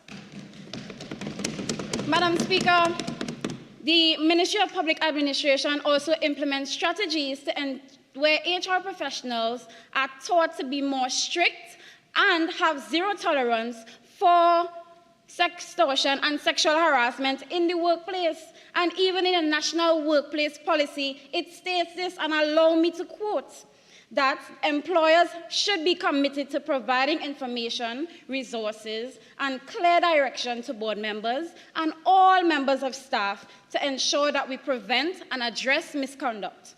It also states, Madam Speaker, that employers have to respond to complaints, reports, allegations, information about sexual misconduct to stop, prevent reoccurrence, and address any effects in the workplace. And it doesn't stop there. It also says that workers, regardless of sex, age, type of contract, status, have a responsibility to ensure that their behavior in the workplace does not constitute to sexual harassment. There's even a publication by the Equal Opportunity Commission of Trinidad and Tobago named Sexual Harassment in the Workplace. Revised in 2018, it states that one of the forms of sexual harassment is the misuse of sexual behavior. And Madam Speaker, that simply means that in any condition of promotion, employment, or threats and promises in return for sexual harassment. It also states again that management and staff have a responsibility to take complaints seriously, to take immediate action to investigate and resolve the matter. We have been doing the work over here. What have you been doing to the opposition? The government and the Ministry of Public Administration have been taking and fine-tuning the information to ensure that our workers in the public service have been feeling safer in the workplace year by year. So to my colleagues on the other side, do not take your title too seriously. You do not have to oppose everything we say over here. Madam Speaker, because I expect the member for Siparia to oppose. I expect the member for Orapuch West to oppose, because we are the government, they love to oppose. Madam Speaker, why can't we just work together as the members of this distinguished chamber? Because one hand cannot clap. When we start to work together and we clap, we ensure that we serve the Republic of Trinidad and Tobago, and we make sure that sextortion in the workplace is addressed and taken seriously. Madam Speaker, the opposition needs to understand that we eating from the same grass. But are you a leader or are you a follower? It is time to work together. Madam Speaker, when we work together and we start to clap, we don't clap for self-praise. We clap for commendation because we have done well as a government. Thank you. Member for Caroni Central.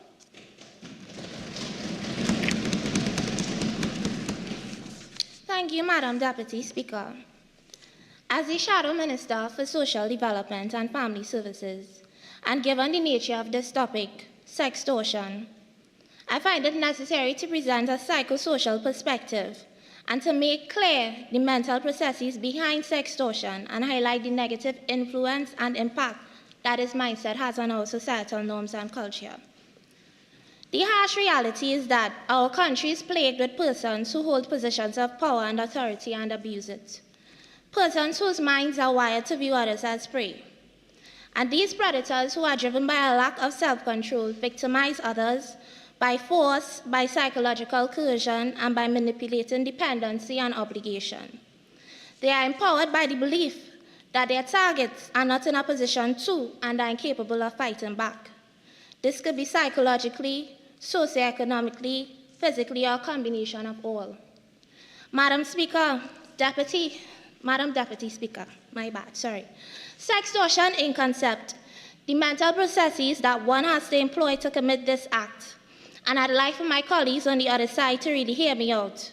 It unreservedly reflects the same mindset that pedophiles and rapists harbor.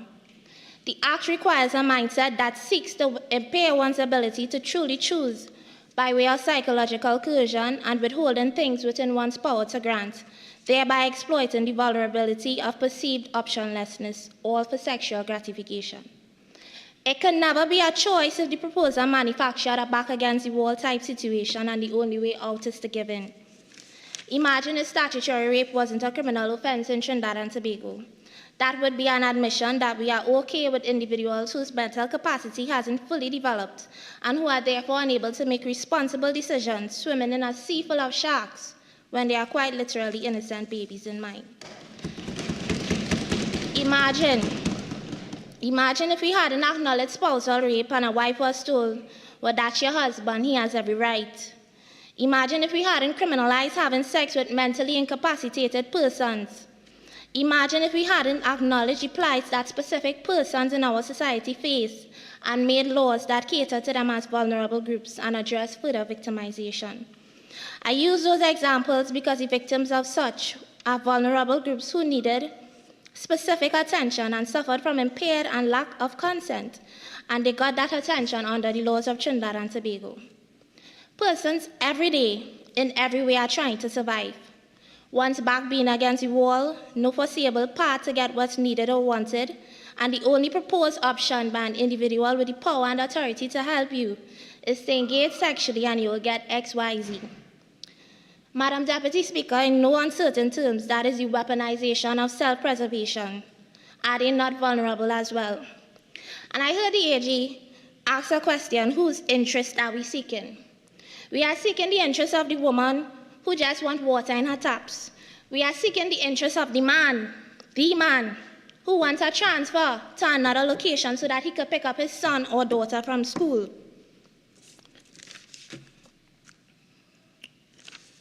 We are seeking the interest of the person who has progressed in life based on merit and who wants to continue progressing in life based on merit. It would seem the members on the other side don't understand the gravity of this topic. They don't understand that under their leadership, people are in survival mode. And being in survival mode sadly makes one vulnerable. So what are you really waiting on? Show your seriousness and please do it with a quickness. To trivialize the manifestation of this sexually predatory mindset and act sextortion is equal to saying, I don't really acknowledge this as an issue. And that is a dismissive stance on the experiences and feelings of the vulnerable in this country. It is also saying that meritocratic progression is not worthy of protection and is spreading a wider message to persons on both sides of the divide that a lack of integrity is rewarding. As it is, there is not adequate legislation which covers sextortion, and to imply that it is rushed or perfunctory when the act of stealing a mango has its own special classification of predial larceny under our laws, a form of theft, taking something that is not your own amongst the many other forms of recognized theft, such as burglary, robbery, shoplifting, fraud, etc., is absurd. Like the various forms of theft, sextortion should be separately acknowledged for what it is, the abuse of power to receive a sexual benefit or advantage. And furthermore, though it is a form of extortion, as stated by the International Association of Women Judges, sex rather than money is the currency of the bride, which is why it can be likened to the logic employed in all these sexually advantageous acts. Time has expired. Thank you. Minister of Social Development.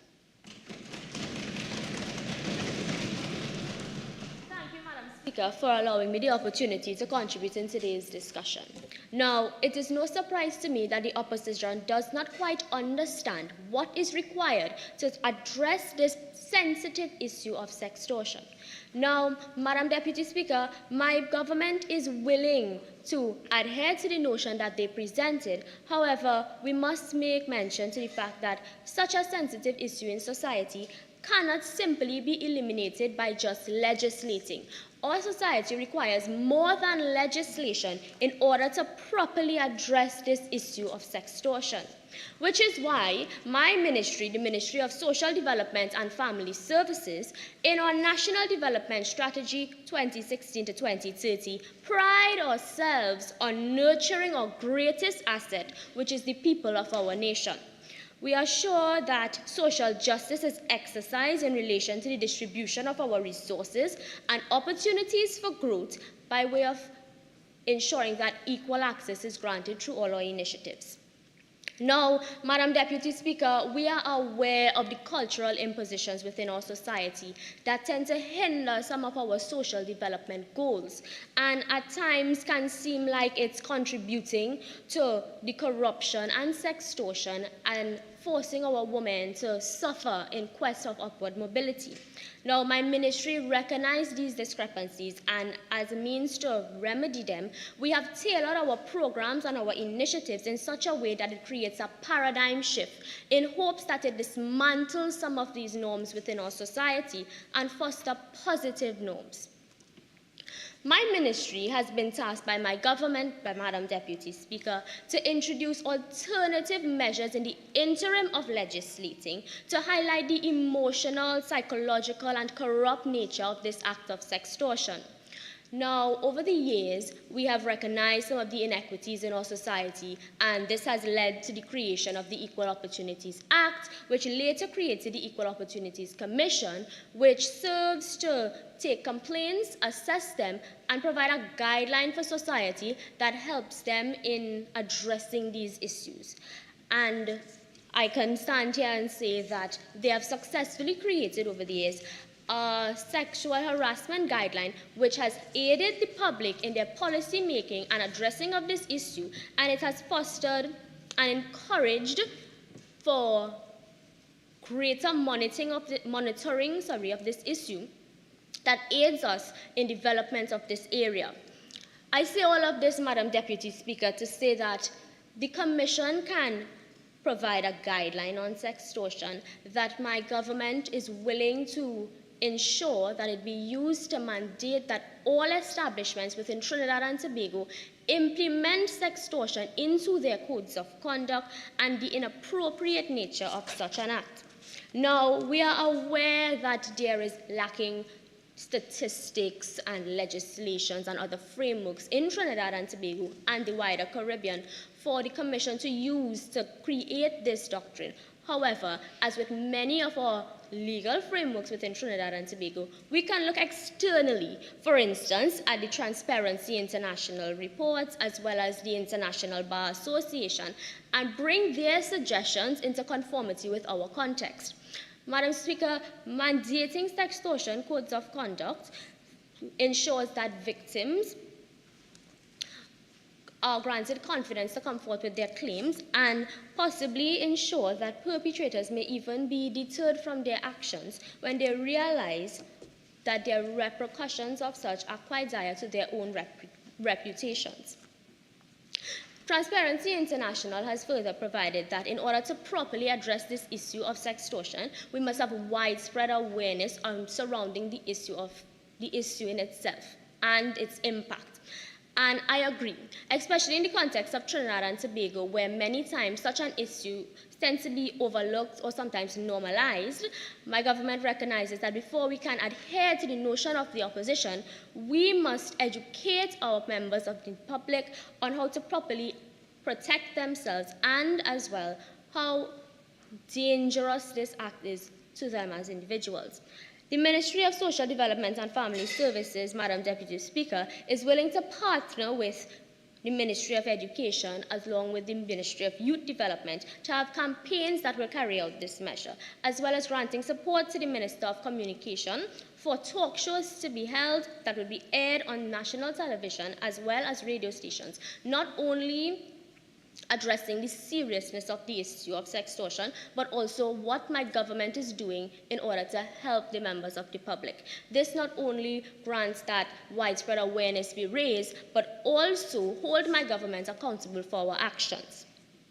In conclusion, I would just like to say, Madam Deputy Speaker, that we understand the urgency for legislation in regard to this issue. However, in the interim of such, having mandated codes of conduct and raising widespread public awareness around the issue would serve to dismantle some of the norms that this issue has been granted in society and sensitize our people for when legislation is construed. Thank you, Madam. Member for Cohort North.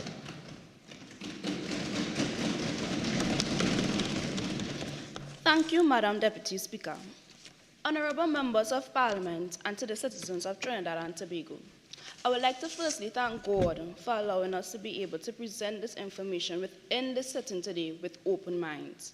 I would like to thank Madam Deputy Speaker for being so gracious to extend invitation for us to move the motion my colleagues and I have put forward to you today. The members of the government highlighting all the work they have done, which I must say we are grateful for. But we are still losing the fact of the matter of why we are here today. My members have previously explained wonderfully what is sextortion, not by just using fancy words, as the AG said. I would like to highlight, as Shadow Minister of Rural Development and Local Government, I would like to highlight the effects of sextortion to the ministry by just reinstating the mission of this ministry. The Ministry of Rural Development and Local Government is committed to facilitating, coordinating, monitoring, and ensuring accountability of the municipal corporations in the effective and efficient delivery of quality service through the meaningful decentralized systems, structures, procedures, practice, and the provision of specialized support services. This was cited straight from rdl.gov.tt.com. The non-existence of legislation against sextortion can be perceived as a key factor for the ministry performance to be undermined or discredited, which in retrospect will also languish the confidence the citizens have in good governance. This ministry put forward programs such as the Community-Based Environment Protection and Enhancement Program, better known to the public as CPEP, Unemployment and Relief Program, URP, regional corporations, and boroughs. These programs were established to expand employment opportunities for citizens of this nation and uplift communities which need it the most. These programs are critical for supporting the less fortunate and the vulnerable population.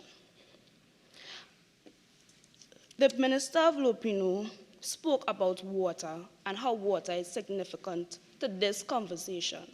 But I would just like to highlight, if we are speaking about vulnerable people, the Sustainable Goals Report in 2016, Leaving No One Behind, gave a great definition of including vulnerable groups to be children, youth, persons with disability, people with HIV, and older persons. So if these are vulnerable people within society members, how can we not speak about water? If these are the people who will be bracketed within vulnerable groups, we have to speak about water.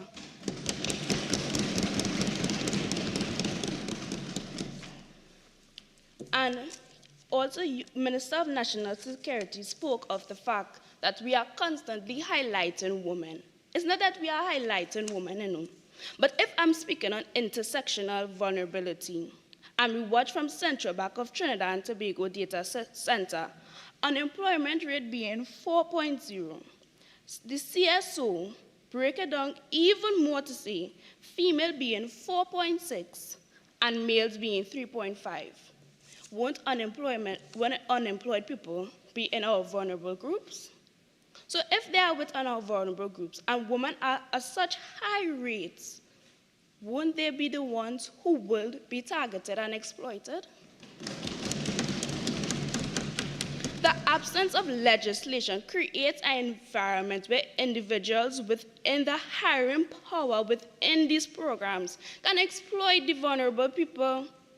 An environment where sexual favors are demanded for employment or other benefits directly conflicts the ministry mission to deliver quality service through decentralized systems and practices for our people of the nation. And it's not just with employment. My constituency is Couva North. There are many ways our land can be used within Couva North. It can be residential, commercial, and industrial. When I speak on residential, I would like to highlight the fact of Housing Development Corporation and their belief that to city centre and make safer and attractive housing for central to the physical and emotional productivity and self-esteem of the people they serve. So yes, we might speak on other topics, but this is not a topic of just one pinpointing. We need to speak on all. Thank you, Madam Speaker. Minister of Rural Development and Local Government. Thank you, Madam Speaker, for allowing me to contribute to this debate. The question is whether or not it's in the best interest of the citizens of Trinidad and Tobago that we criminalize sextortion and pass legislation within 12 months' time. Let's imagine you're building a house. If you rush through the construction process and don't take your time to lay a solid foundation, the entire structure is going to be unstable and it could collapse. Would you trust a house that was built in a hurry without ensuring that its foundation was strong? Similarly, passing a law in 12 months without thorough consideration and proper groundwork can lead to unforeseen issues and weak enforcement. Can we expect such a hastily crafted law to stand the test of time, or will it crumble under the weight of its own inadequacies? I am sure we can all remember what shortcut once made a man do. Madam Speaker, before I continue, please allow me to address some of the madness that has been happening in this chamber. Madam Speaker, the opposition keeps getting up and asking how much more before we decide to implement legislation, when the government has been for the entire day saying that we do agree and we are going to implement legislation to criminalize sextortion. Is it that the opposition is not paying attention, or are they just opposing for opposing's sake? I can't believe that the member for Maruga Tableland was bold enough to stand up and ask if this is a government for the people, when this government is agreeing with a motion that the opposition put forward. I would like to thank the member for Cohort North for so graciously highlighting the programs that my ministry has put in place to combat employment and sextortion in the long run. And I don't understand why we are still talking about water. Maybe you are thirsty, so please allow me to quench your thirst. On December 7th, 2023, a high school teacher was arrested after having a romantic relationship with one of his students and giving her top grades in exchange for sex. The teacher reportedly gave the students answers to all of his assignments and eventually just started giving her 100% on all of her in-class work. Now, Madam Speaker, according to the definition presented by the Leader of the Opposition, this case looks, smells, and can definitely be classed as a case of sextortion. However, it was not treated as such because of a lack of awareness and education. This, Madam Speaker, is why we need to have time to educate the public on sextortion, what it is, who can be affected, and the long-lasting effects that it can have. The reality is that sextortion is too often confused with sexual harassment, and too many persons are victims of sextortion and they do not even know it. In March 2023, Shelby Dolch, a program intern at the International Association of Women's Judges, documented a webinar titled Sextortion, the Impact on Judging and Courts. The panel emphasized the importance of understanding and raising awareness about sextortion, as sextortion, according to them, is still a relatively new concept, and it is important for us to raise awareness. Madam Speaker, the government, on its road to making sextortion a criminal offense, will execute an extensive sextortion awareness campaign via schools, workplaces, both public and private, television, radio ads, as well as social media, as highlighted by the Minister of Social Development. But let's get back to talking about this house that needs to be built on a solid foundation. I want to focus on one specific recital in this motion. And whereas, and I quote, and whereas sextortion may deprive women of jobs, promotions, and access to public utilities and social services, as well as other financial and social opportunities if they refuse to render sexual favors. Now, I can say for certain that making sextortion a criminal offense is something that every member represented here today is passionate about. But Let us not have our passion cloud our judgment. Madam Speaker, while women are indeed affected by sextortion, men are too. And unfortunately, this motion seems to be something that we have taken wholesale from the outside, and we have not taken the time to make it unique to Trinidad and Tobago.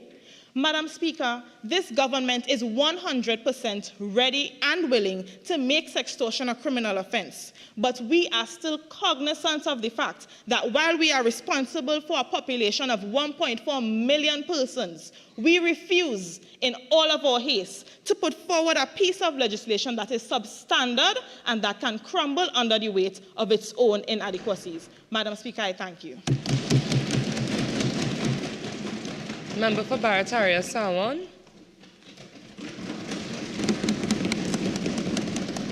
Thank you, Madam Speaker, for the opportunity to add to this debate. And I'd like to acknowledge the constituents of Barataria, Sanwan, for the trust they have instilled in me to represent them in this House. Madam Speaker, although the many publicly known instances of sextortion usually involve adults, Madam Speaker, the United States Justice Department has labeled sextortion as the fastest growing cyber threat to children.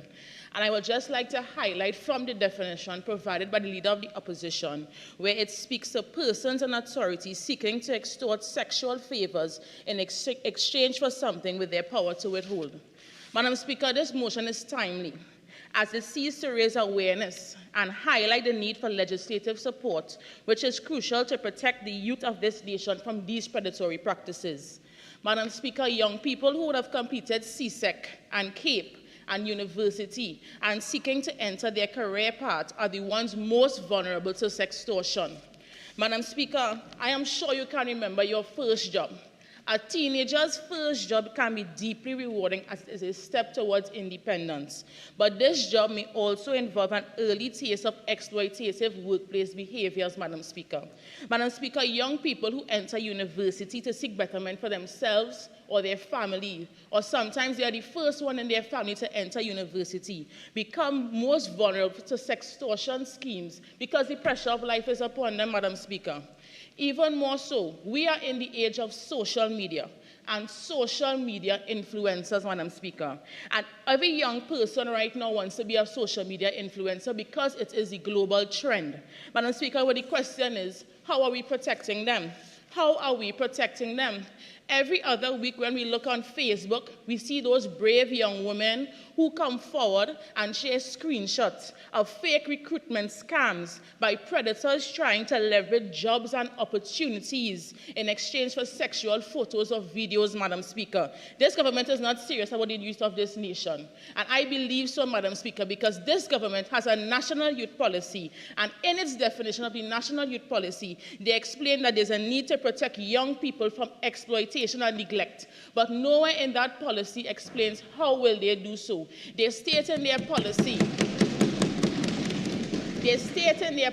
in Pillar 4 with objectives of creating a safe space, peaceful community and environment. But Madam Speaker, they have no interest. And I know why they have no interest. Because they have no interest because they know where their children and relatives will be employed with free from any eventuality of sextortion, Madam Speaker. Madam Speaker, in all regions across the world, young people set out their life with hopes and dreams and aspirations. But just like how predators seek out their prey, so are these perpetrators to the victims, not caring about the trauma they can cause, not caring about the psychological and emotional distress they can cause to the vulnerable young people, not caring about the disruption of the education and career aspirations of our nation's youth, Madam Speaker. Madam Speaker, the need for this legislation is very simple. Prevention is better than cure. We are in a new age. We are in a new age of young people who operate in the cyber landscape. And the lack of legislation leaves the door open for these predators to prey on the young persons of this nation, specifically the vulnerable. And they have no regards for such because their actions have no repercussions, Madam Speaker. Madam Speaker, as I come to a close, I will want to send a strong message to the Prime Minister, her cabinet, and the soon-to-be opposition of this country, that we on this side, The new incoming government will do all that we have to ensure that their proper legislation is in place to protect all the nations of this country. And to the people of this nation, Madam Speaker, we will do all to ensure that you, your children, and generations to come are protected not to be exploited sexually, Madam Speaker. With these few words, I thank you. Minister of Youth Development and National Service. Good morning to you, Madam Speaker, and fellow members of Parliament. I thank you for giving me this opportunity to speak here today. In good conscience, I rise today in full support of the opposition's motion to address the urgent issue of sextortion. Reminiscing on the definition given by our member of Superior, sextortion is a reprehensible abuse of power that coerces sexual favors under threat of harm or disadvantage, disproportionately impacting our citizens, particularly our women and youth. This exploitation not only undermines individual dignity, but would also obstruct opportunities for personal and professional growth. As the MP for Point Fortin, I recognize this profound impact that such legislation will have in our borough, and particularly on the youth of my constituency. Point Fortin, with a vibrant population of 20,000 residents, many of whom are young and aspiring individuals, also face challenges that are not unfamiliar to other communities in our nation. Madam Speaker, the introduction of comprehensive legislation against sextortion is not merely a matter of legality, but of safeguarding the rights of our citizens and the dignity of our youth. By criminalizing this practice, we can send a very clear message that exploitation will not be tolerated in Trinidad and Tobago. This legislative initiative will empower our community to stand against coercion and exploitation, ensuring that all individuals, regardless of gender and circumstance, can pursue their aspirations freely and without fear of reprisal. As the Minister of Youth Development and National Service, I strongly advocate for the introduction of said legislation. This legislation is essential to provide a robust legal framework for prosecuting offenders and safeguarding the rights of all citizens, especially vulnerable groups like women. I am deeply hurt by the Member of Parliament of Barataria as he said that our ministry isn't doing anything, but all of our social media and website pages for the Ministry of Youth Development and National Service, we have implemented gender-neutral training programs designed to enhance job accessibility for all our youth, ensuring equal opportunity through initiatives that offer free application processes, even stipends for their participation. And just to name a few of the programs that we have implemented, we have the Amplify program, drilling rig operations, plumbing skills training, vocational training programs, retirees adolescent partnership, and just yesterday we launched our youth agricultural homestead, which I had the pleasure of speaking for and welcoming in our notify ceremony, where we gave out 2 acres of land to youths to invest in their future. So for you to come out and say that the ministry is not doing anything for our youth is absolutely appalling, because we provide these free programs anybody can access. And what I love about this ministry is that it is so gender neutral. Yes, we as a society see that women go into nails, hairdressing, cooking. Yes, we provide these things, but all the other programs that we have, such as drilling and plumbing, it is open to women as well, so they have open opportunities. These efforts are crucial in creating a level playing field and mitigating the risk of coercion or discrimination in employment. Madam Speaker, let us consider the statistics. In Trinidad and Tobago, youth and women constitute a significant portion of our population striving for equitable access to opportunities. The programs that the ministry has provided aim to address these disparities by fostering an environment where every individual, regardless of gender, can pursue their aspirations without fear of exploitation.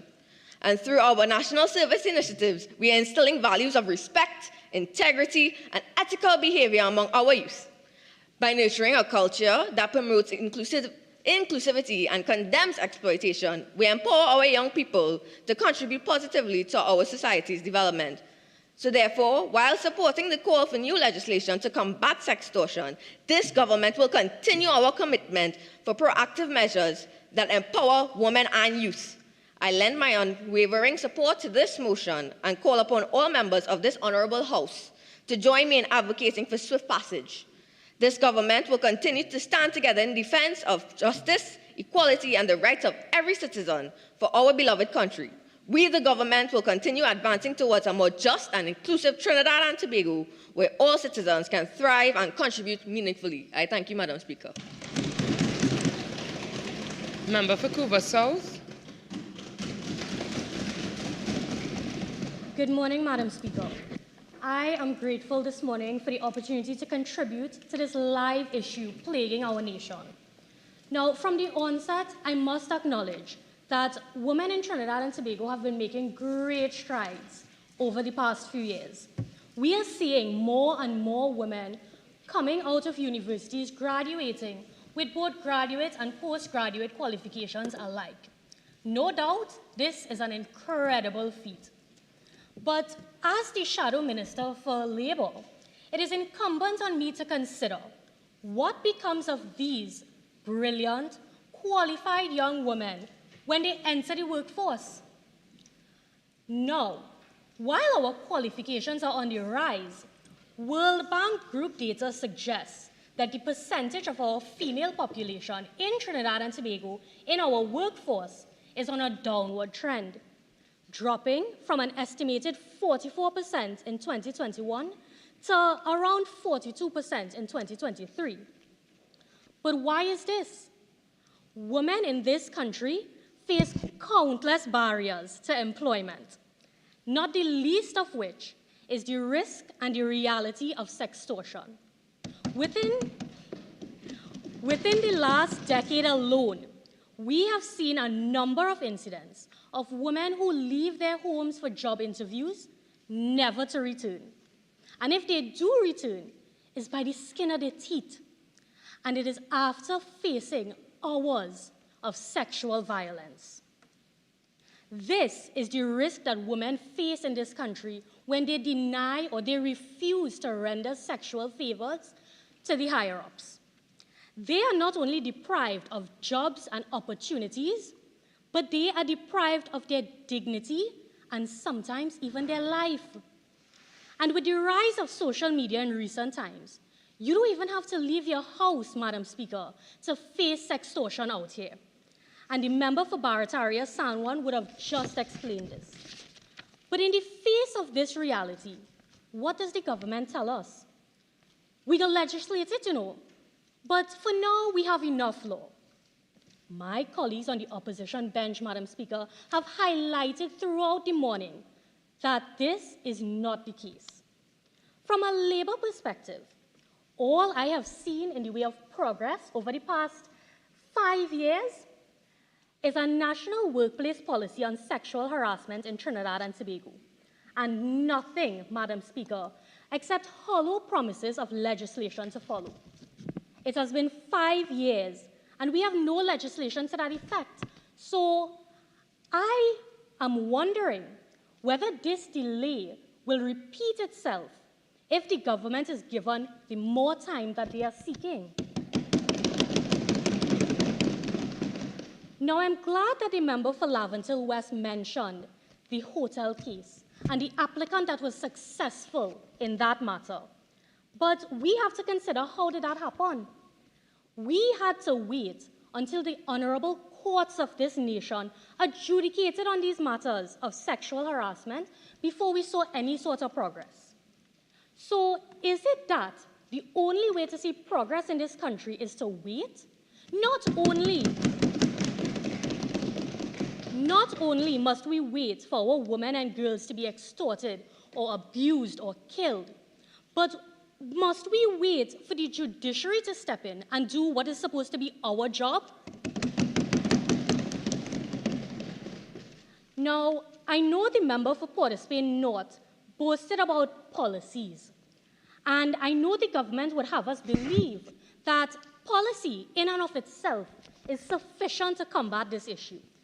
But when the very definition of sexual harassment in that policy, or the definition of sex in the Equal Opportunity Act, is too narrow to cover the acts of sextortion that is faced by 1 in every 5 women in this country.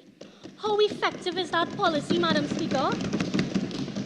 When that policy is not backed by enforceable legislation or any mandate that the policy has to be enforced in the workplaces, I ask again, how effective is that policy? That is nothing but wishful thinking, Madam Speaker.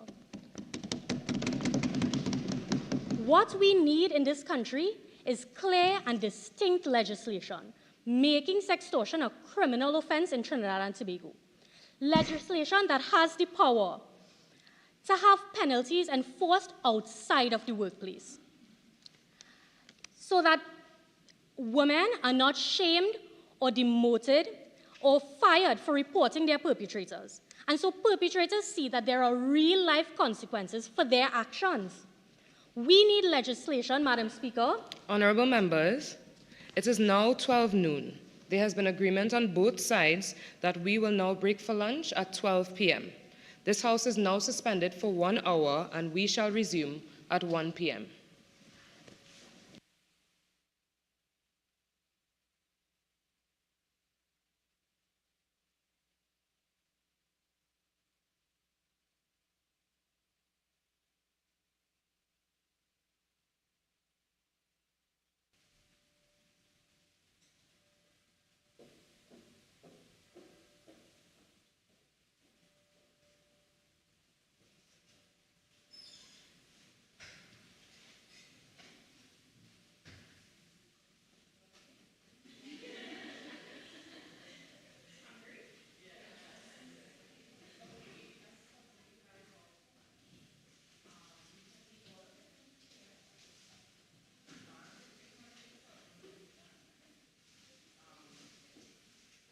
Referred to later in the proceedings.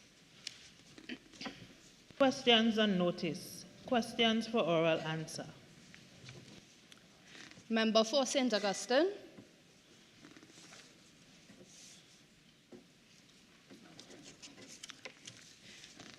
Apologies, member for Princestown. Minister in the Office of the Prime Minister, Gender and Child Affairs. Minister in the Office of the Prime Minister, Minister of Gender and Child Affairs. Thank you, Madam Speaker.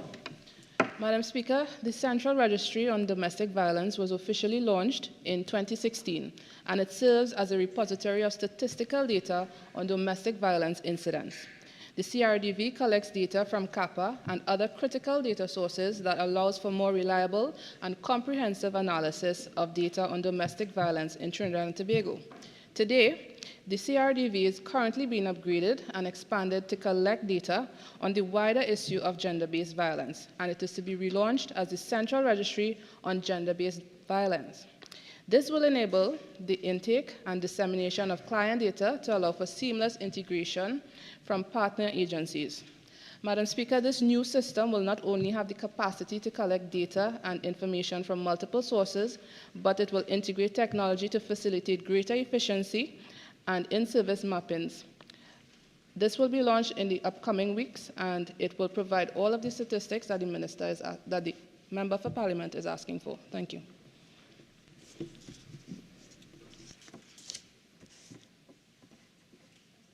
Member for Princestown. The CRDV collects its data from the crime and problem analysis of the police service. Can the minister state where the last CRDV report was for 2019, when the CAP's last recorded report on domestic violence was for 2022?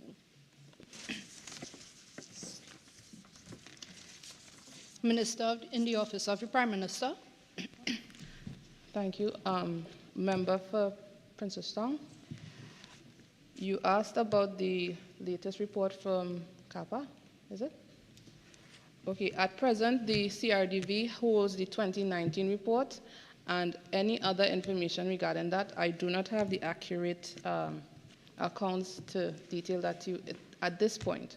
So I'd invite you to submit your question, and I'll relay the most accurate information to the House in another setting. Thank you. Member for Princestown. Can the Minister state if the newly instated referral pathway system attached to the CRVD in collaboration with the UNFPA has been effective, thereby eliminating the need for the CRDV? Minister in the Office of the Prime Minister.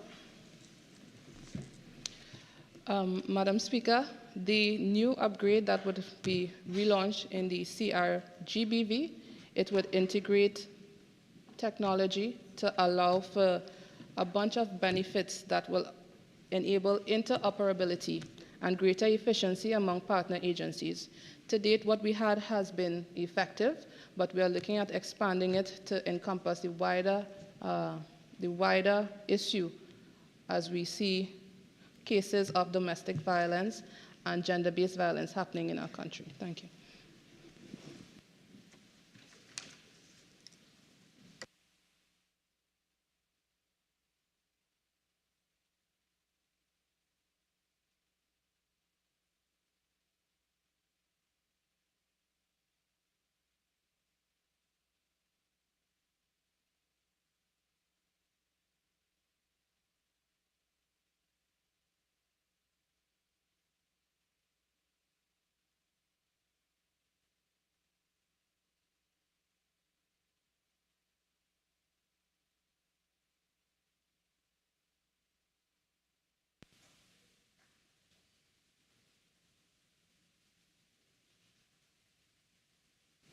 We will now resume with our debate.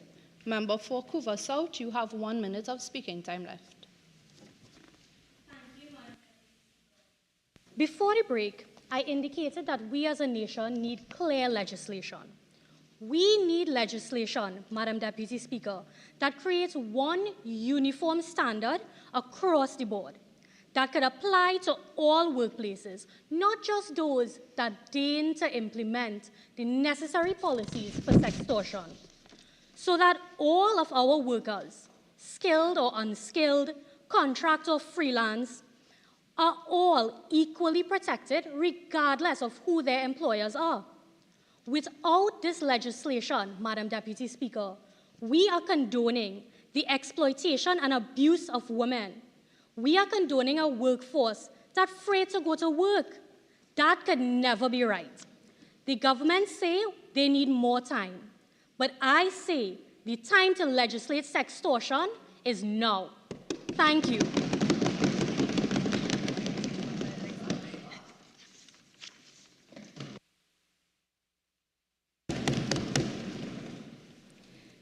Thank you, Deputy Madam Speaker, for giving me this opportunity to participate in this debate. And thank you to God for giving me the ability to speak when I'm called to do so. Madam Deputy Speaker, I want to start by saying, women, we see you. Women, we hear you. Women, our allegiance is to the country of Trinidad and Tobago, in which you have birthed and nurtured through your womb. As a Minister of Labour, I stand before you today to champion our mission of equity and opportunities to all stakeholders. I want to highlight the word equity. According to NACE Web, equity means recognizing that we do not all start from the same place and must acknowledge and make adjustments to imbalances. This showcases that the Ministry of Labour has kept in mind imbalances, differences, and unfair advantages that can take place in the workplace, which can speak to the definition of sextortion. Now, Madam Deputy Speaker, I do not deny that existing legislation may leave room for issues like sextortion to go unnoticed, or rather not face the full force of the law. Yet, as far as I know, no one here are psychics.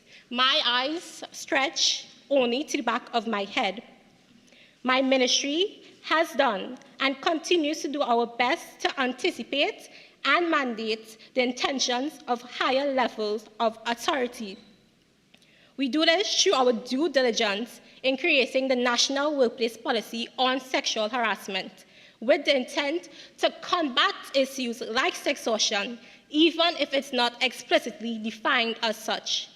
This policy, though not a standalone legislation, plays a crucial role in promoting a safe and respectful work environment.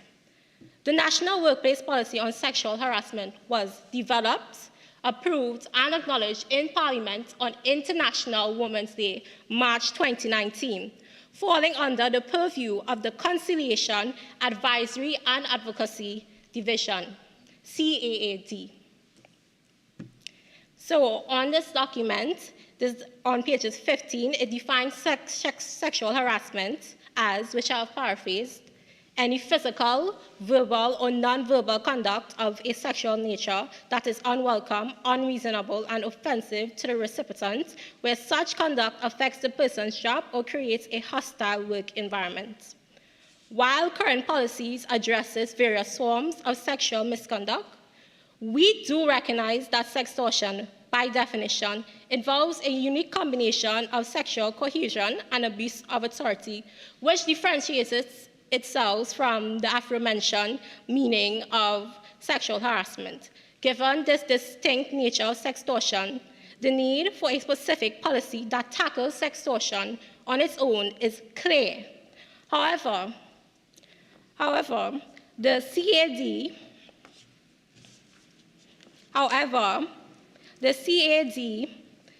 CAD has established a helpline, 800 CAD, where all workers, including migrant workers, where all workers, including migrant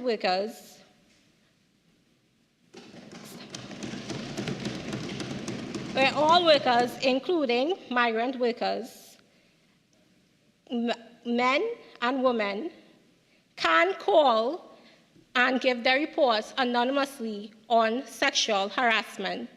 This helpline can also be used to report incidents of sextortion, and even so, we can as well create a health extension line to properly develop and organize to be able to better address victims of sextortion. And again, Madam Deputy Speaker, I want to say, women, we see you, women, we hear you. This policy was created on International Women's Day in 2019, developed for your nieces' protection, your daughters' protection, your grandchildren's protection. Since 1995, the Industrial Court of Trinidad and Tobago has adjudicated in matters involving sexual harassment. There is not a delay, member of Couva South. From 1995 to 2019, that is 24 years. It took 24 years for an official policy to be developed. With this same courtesy, 12 months is not sufficient enough for developing a comprehensive legislation on sextortion. So while you see a delay, this government is treating the crime that is sextortion with due care it deserves through proper research and discussion to ensure clear legislation. Thank you, Madam Deputy Speaker. Member for Oropouche East.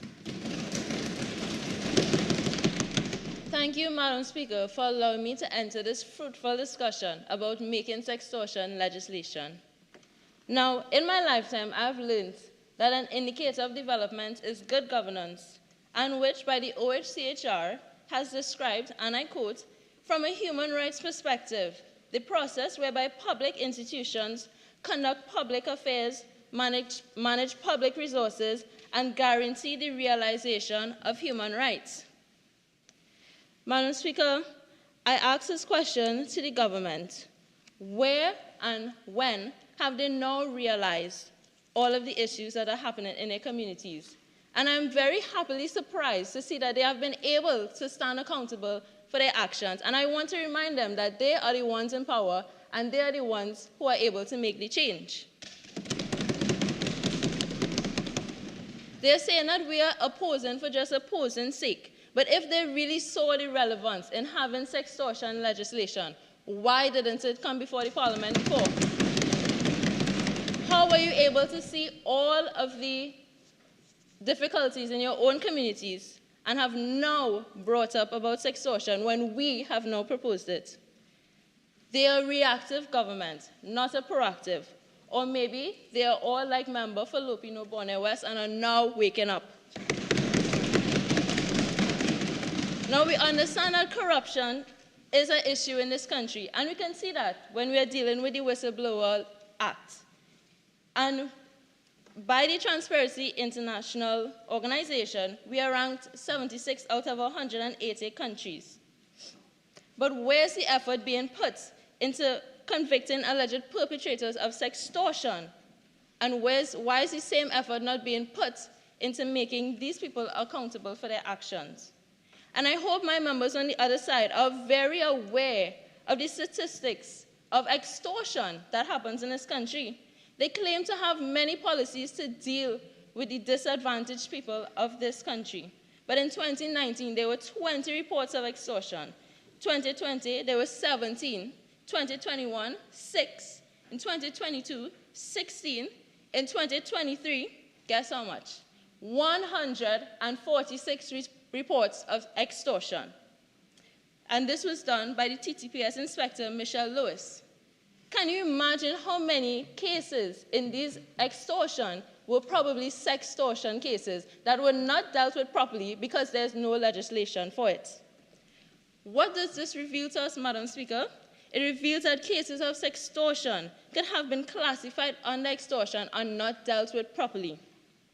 It also reveals the bare disadvantaged nature of rural communities who act out of desperation for survival. As a member for Oropouche East, I find this completely unacceptable, and I speak on behalf of all rural communities, women, and anyone that is susceptible for unemployment that are taken advantage of in order to provide for themselves a standard of living. And I want to ask about the communication about sextortion. These victims, a lot of the times, they may not know or realize that they are being sexually extorted and categorized as under sexual harassment and left to deal with the psychological aspect and the corruption aspect by themselves, which in turn decreases reporting because they feel that they have not sufficiently met the criteria for sexual harassment. Advertisements for jobs, newspapers, are all in the newspapers and in the radio. But a quick search on the Labor Inspectorate, you could find acts where they support the Minimum Wage Acts and show people their rights when it comes to their wages. But there's nowhere to be found about when they're being sexually advantaged. The mission of the communications from the Office of the Prime Minister is said, and I quote, to promote open government through centralized, timely, and accurate communication, to engage and empower citizens. What is empowering about being silent on sextortion? What is empowering about fitting the experiences of destitute mothers and struggling students into a one-fits-all category? More needs to be done to raise awareness on the dangers that are in the workplace. And Madam Speaker, the article I understand that the other side have other projects to complete. I may find that 12 months is not sufficient time in order to do so. But I want to ask them, do you not have a labor force that is required to complete these projects? If there were instances of sextortion within these projects, do you believe that your projects will be done? An article by Psychologue says that people who have suffered from sextortion have high instances of guilt, shame, increased levels of self-hate, which therefore decrease productivity. How do you expect all of your mandates to be complete when the issues within the working force that you are driving have not been addressed? In conclusion, Madam Speaker, we are proposing this motion, and I can see my friends on the other side have taken the time and used this opportunity to portray their lovely policies, Madam Speaker. But we are saying that more needs to be done and more needs to be specific to the matter at hand. And they need to get their heads out of the sky and cause real change. Thank you, Madam Speaker. Minister of Communications.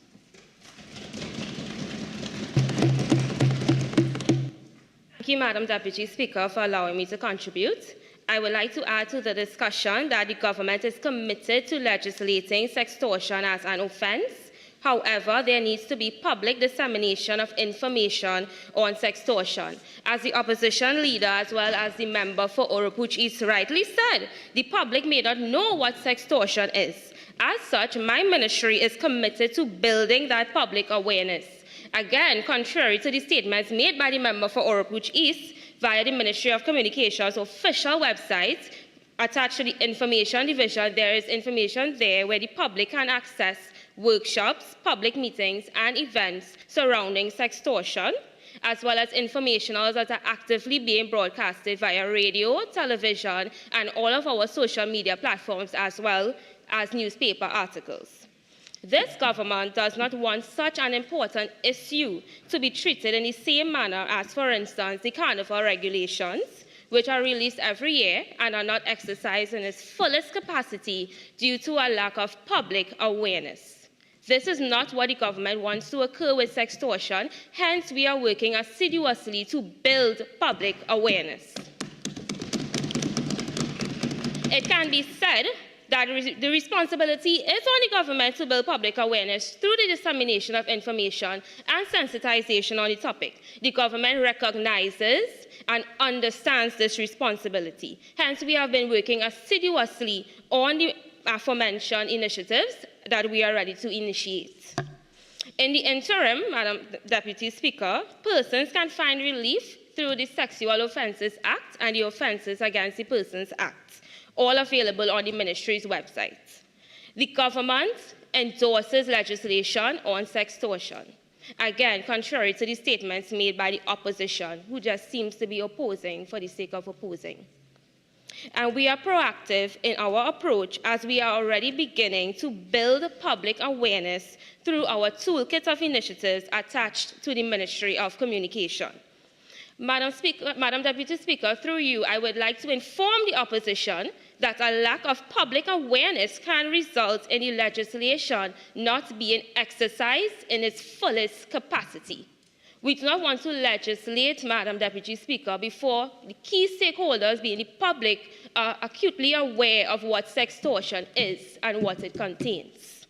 As such, my ministry is committed to ensuring effective dissemination of information, as this is a crucial step towards legislation.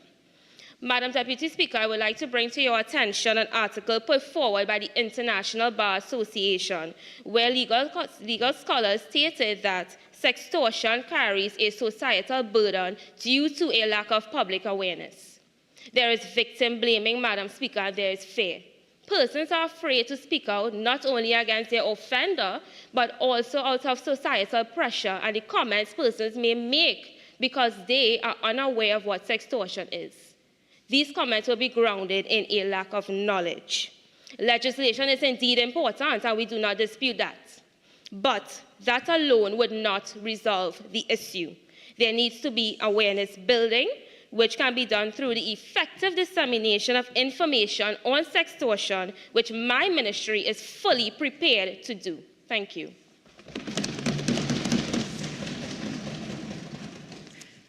Member for Chaguanas West. Thank you, Madam Deputy Speaker of the House, and members of Parliament for the opportunity to contribute to this debate, as this is a crucial topic that we are discussing here today.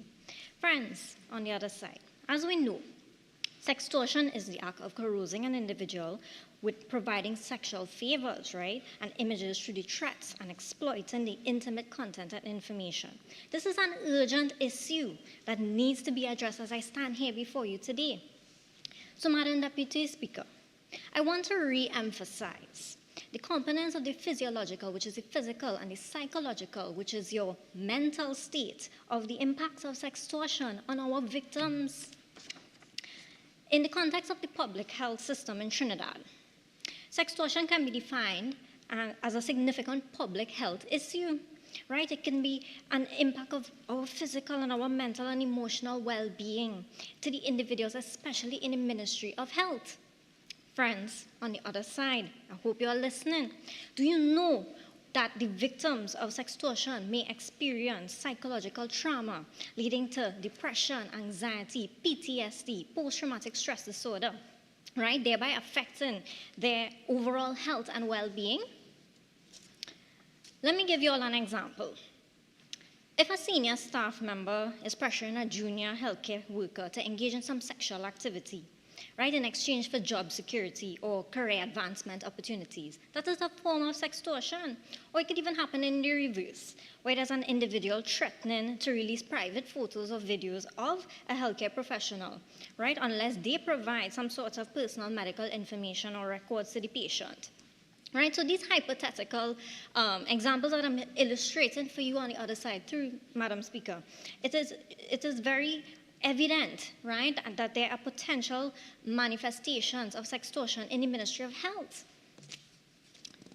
Given the prevalence and the detrimental impact of sextortion on individuals, on their mental and physical well-being, and I cannot re-emphasize that enough, it is imperative for you, the government, right, of Trinidad and Tobago, to clarify to make sextortion a crime and take swift legislative action. According to the CSO, which is the Central Statistical Office, right, of the Ministry of Planning and Development, there has been a record of approximately 3,000 plus reports of domestic violence in 2022, right? Which is inclusive of sexual and psychological abuse that is part of the components of sextortion. Madam Deputy Speaker, do you know how many victims of sextortion might have been sexually coerced by the perpetrators who abused their power in exchange for sexual benefits instead of money that were unrecorded for years? In light of these alarming statistics and the clear public health implications, it is imperative again that the government of Trinidad and Tobago take legislative action, define sextortion as a crime, provide safe reporting mechanisms for victims, and to integrate sextortion prevention into the policies addressing corruption. And to my friend, my member of St. Joseph, you made reference to the gender-based violence, and I'm in agreement, right, where we need to integrate policies for sextortion. And I want to put a note in that where you spoke about the men being victims alone. Legislation is gender mutual. It's for everyone. It essentially covers all genders. So failure to do so will only allow this pernicious form of exploitation to continue harming the health and well-being of the nation's citizens. It is time for action now. One report, there was 1 in 5 people in Latin America and the Caribbean have either experienced or know somebody that have experienced extortion when accessing government services like in the healthcare system. So this is deeply concerning, my friends, on the other side. It indicates that extortion is a widespread problem that is directly impacting access to the essential public health services. And I want to also make reference where the member of Lupino Bonner West made when she mentioned, training professionals where we need to have empathy and, have trained professionals who are victims of sextortion to have empathy. And I totally agree. We need to have that. So, Madam Deputy Speaker, the physiological repercussions, it cannot be overlooked, right? As victims are at heightened risk of sexually transmitted infections, which are known as STIs, further exacerbating the health issue and the health problem. It's a public issue, right? And this can foster the barriers of the victims seeking the healthcare services, right? Which it will perpetuate the feelings of shame and guilt. And we don't want that. We want them to come up and speak up, right, for their rights so that they could access the sexual health services and mental health resources. So this exploitation and violation of personal boundaries, right, it could have far-reaching consequences on the physical and the mental, social well-being of individuals, right? So furthermore, I want to just wrap up and say that the impact of sextortion extends beyond the individual victims, which affect workplace productivity, and I know members on the other side make mention of that, and those that are targeted are often experiencing decreased focus levels, and their performance obviously will decrease in their professional lives, victims of sextortion. So it is crucial to recognize that there is no health without mental health. And we need to keep addressing. Speaking time has expired. Okay, thank you, Madam Speaker. Minister of Health. Thank you, Deputy. Thank you, Madam Speaker. There's no doubt in my mind that I agree with the motion that sextortion should be a criminal offense. However, sextortion alone will be insufficient for citizens in the long run. Public needs to be educated on sextortion, and civil servants need to be further trained in order to facilitate quality services. Madam Deputy Speaker, the Ministry of Health is concerned with the physical and psychological effects of sextortion, as the MP of Chaguanas West was stating. This harm to individuals are long-lasting consequences long before the first initial encounter. Individuals do and might contract STDs from these coercive situations. When these victims' cases go unreported, these consequences are deadly. Individuals might feel the need to accept these sexual demands because they might not get these opportunities. They feel as though that they might not get these opportunities. Victims battle in the way, in long term, with arduous episodes of anxiety and PTSD because of these perverse demands in order to get the opportunities. Madam Deputy Speaker, when an individual concedes to a sexual demand, any benefit can be obtained, but it comes at a cost. The dignity, shame, stigma, other associated harms with sexual abuse. Shame especially, because shame is a risk factor for suicide. When individuals feel shame, they are pushed into self-loathing and isolation. With these negative outcomes, Madam Deputy Speaker, like self-harm and suicide being common in cases of sextortion, we need to proceed with caution. And I urge the opposition, this is something that we do not take lightly. This is a serious case.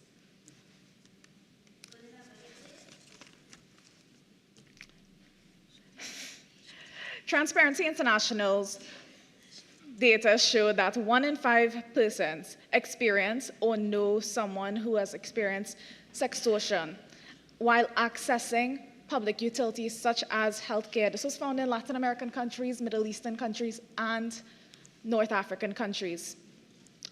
Physical impacts of sextortion includes the sexually transmitted infections.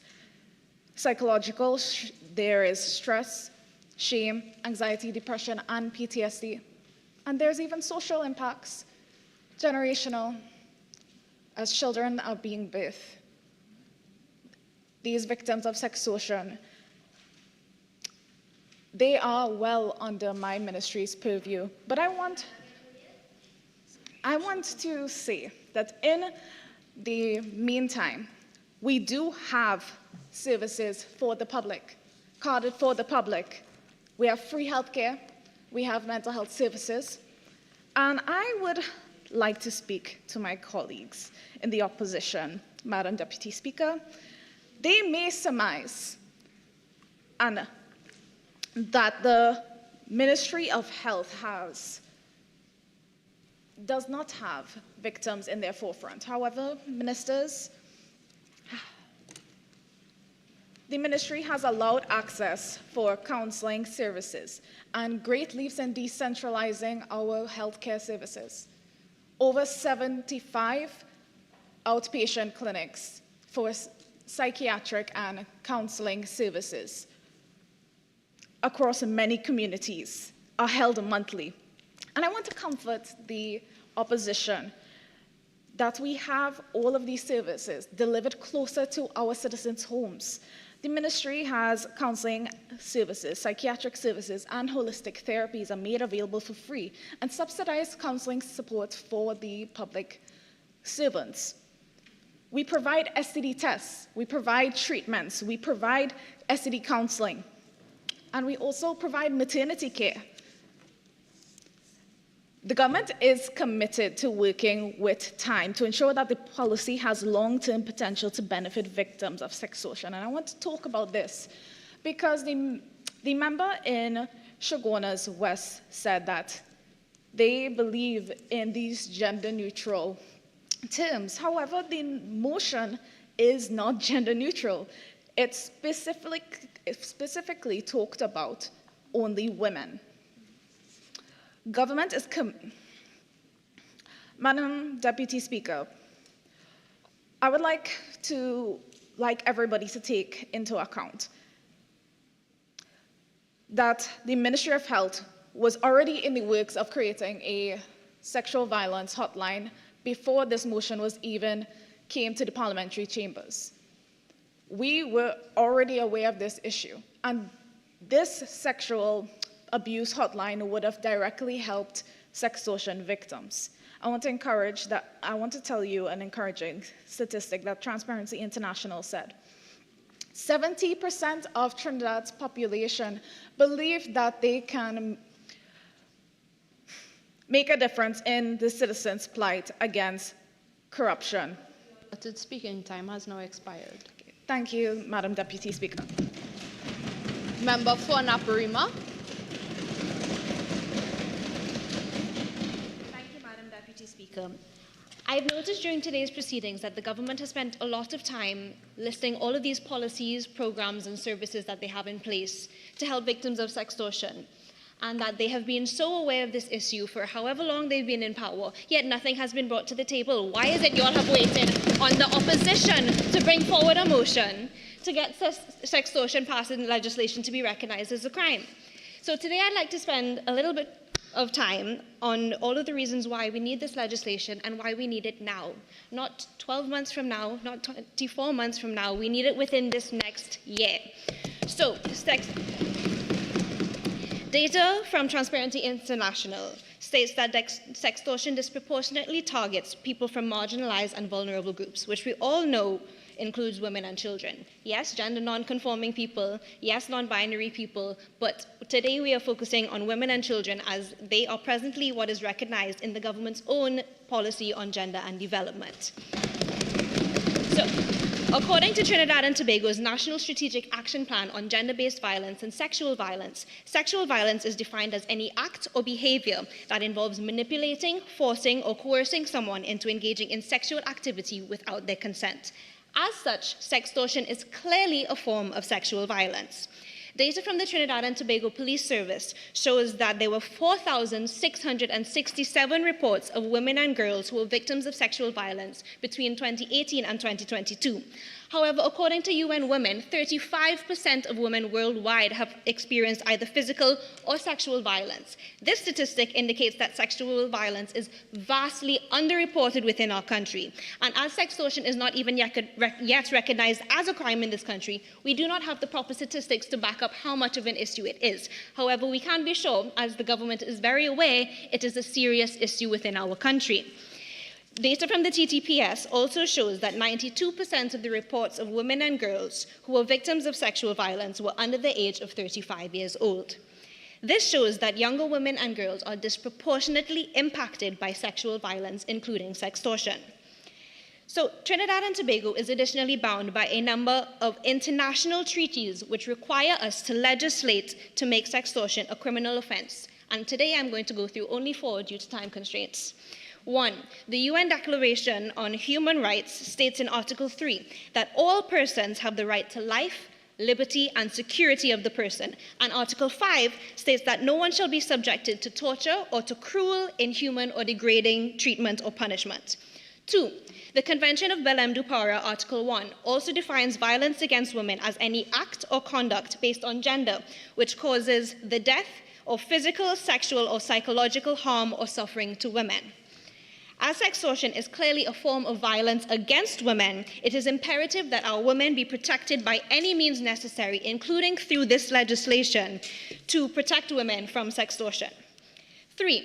The Convention on Elimination of All Forms of Discrimination Against Women states in Article 3 that parties must take all appropriate measures, including legislation, to ensure the full development and advancement of women for the purpose of guaranteeing them the exercise and enjoyment of human rights and fundamental freedoms. 4. The Convention on the Rights of the Child In Article 19.1, it requires parties to take all appropriate legislative, administrative, social, and educational measures to protect children from all forms of physical and mental violence, as well as maltreatment, exploitation, and sexual abuse. Article 34 in the same convention also requires parties to protect all children from all forms of sexual exploitation and sexual abuse. These conventions, which Trinidad and Tobago have ratified, clearly indicate that we as a country are required to legislate against sextortion to fulfill our international obligations. The government has spent a lot of today saying that we need more time, we need more time. Why are we delaying protecting our people and fulfilling our international obligations? In addition to these conventions, Trinidad's government's own policies and commitments require us to legislate against sextortion. Our Vision 2030 sets out the key transformation of adhering to the rule of law and enforcement of strict penalties for corrupt practices. As a country, we have also committed to achieving the Sustainable Development Goals, which include Goal 3 on good health and well-being, Goal 5 on gender equality, Goal 10 on reduced inequalities, and Goal 16 on peace, justice, and strong institutions. Based on our present government's own National Strategic Action Plan for Trinidad and Tobago, the government has also made a commitment to the safety, care, and protection of all of its citizens, and in our gender policy, it promotes the full and equal participation of men and women. How can we expect our men and women to fully participate in society if they are being subjected to things such as sextortion, which can completely derail their entire lives? As you can see, based on our government's own policies and our commitments to all of these international treaties as a country, we must establish sextortion as a criminal offence to effectively prosecute this crime and to ensure that the perpetrators do not get away with these cruel and inhumane behaviours, and to protect both our present and future generations. As such, our government is legally, politically, morally, and ethically bound to legislate against this crime of a sextortion in our country, and we need this legislation now. Thank you, Madam Speaker. Minister of Gender and Child Affairs.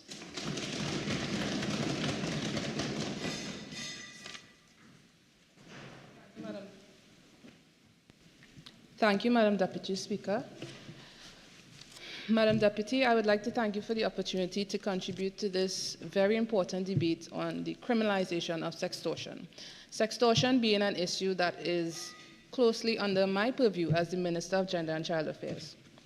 I would like to start off by saying that I agree sextortion should be a criminal offense, and the perpetrators of this offense should be held accountable, just as the government would have criminalized unacceptable sexual behavior in 2021 when we introduced the Sexual Amendments Bill 2021 to the Sexual Offences Act, and that bill is now law.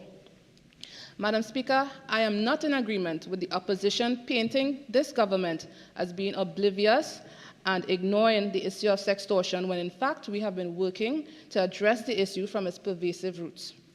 Madam Speaker, sextortion is not only an act of corruption and sexual violence, but it is also a gender issue, and we treat it as such. We address sextortion under the umbrella of gender-based violence, and my ministry recognizes the vulnerabilities of not only our women, but our children, the disabled, and the migrants who seek refuge on our shores. We have conducted a national situational analysis before attempting to implement any measures to address gender-based violence. And sadly, we have found that it is commonplace in some situations for sexual favors to be elicited.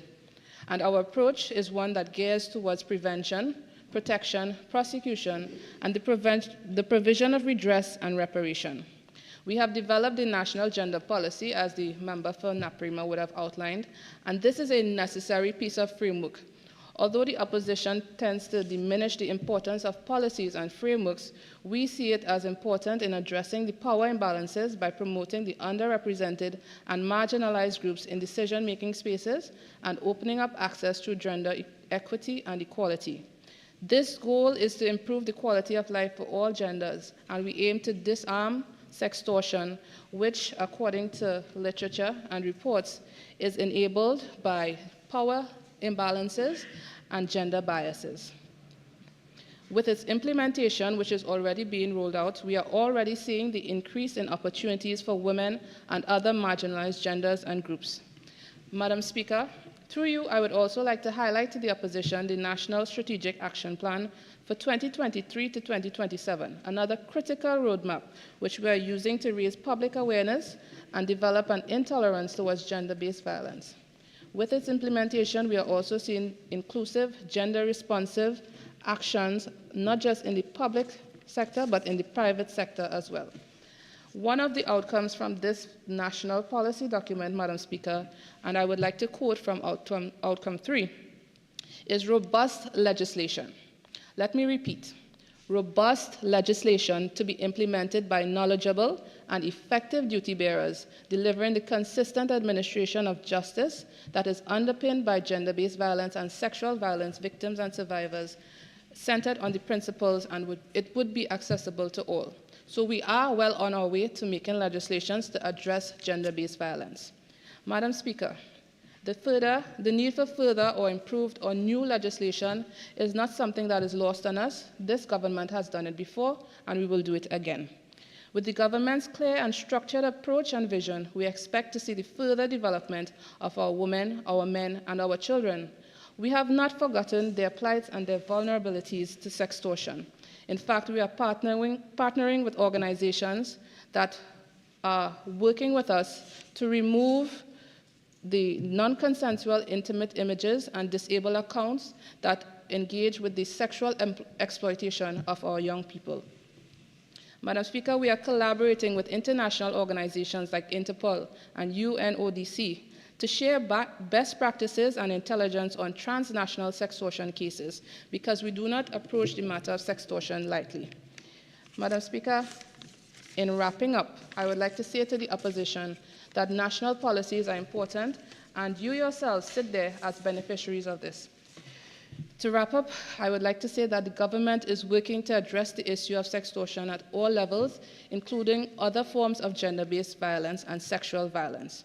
We are well on our way to legislation, and I would like to re-emphasize that I do believe sextortion should be criminalized. It will ultimately complement and support the wonderful work that we are doing to address the issue. I thank you.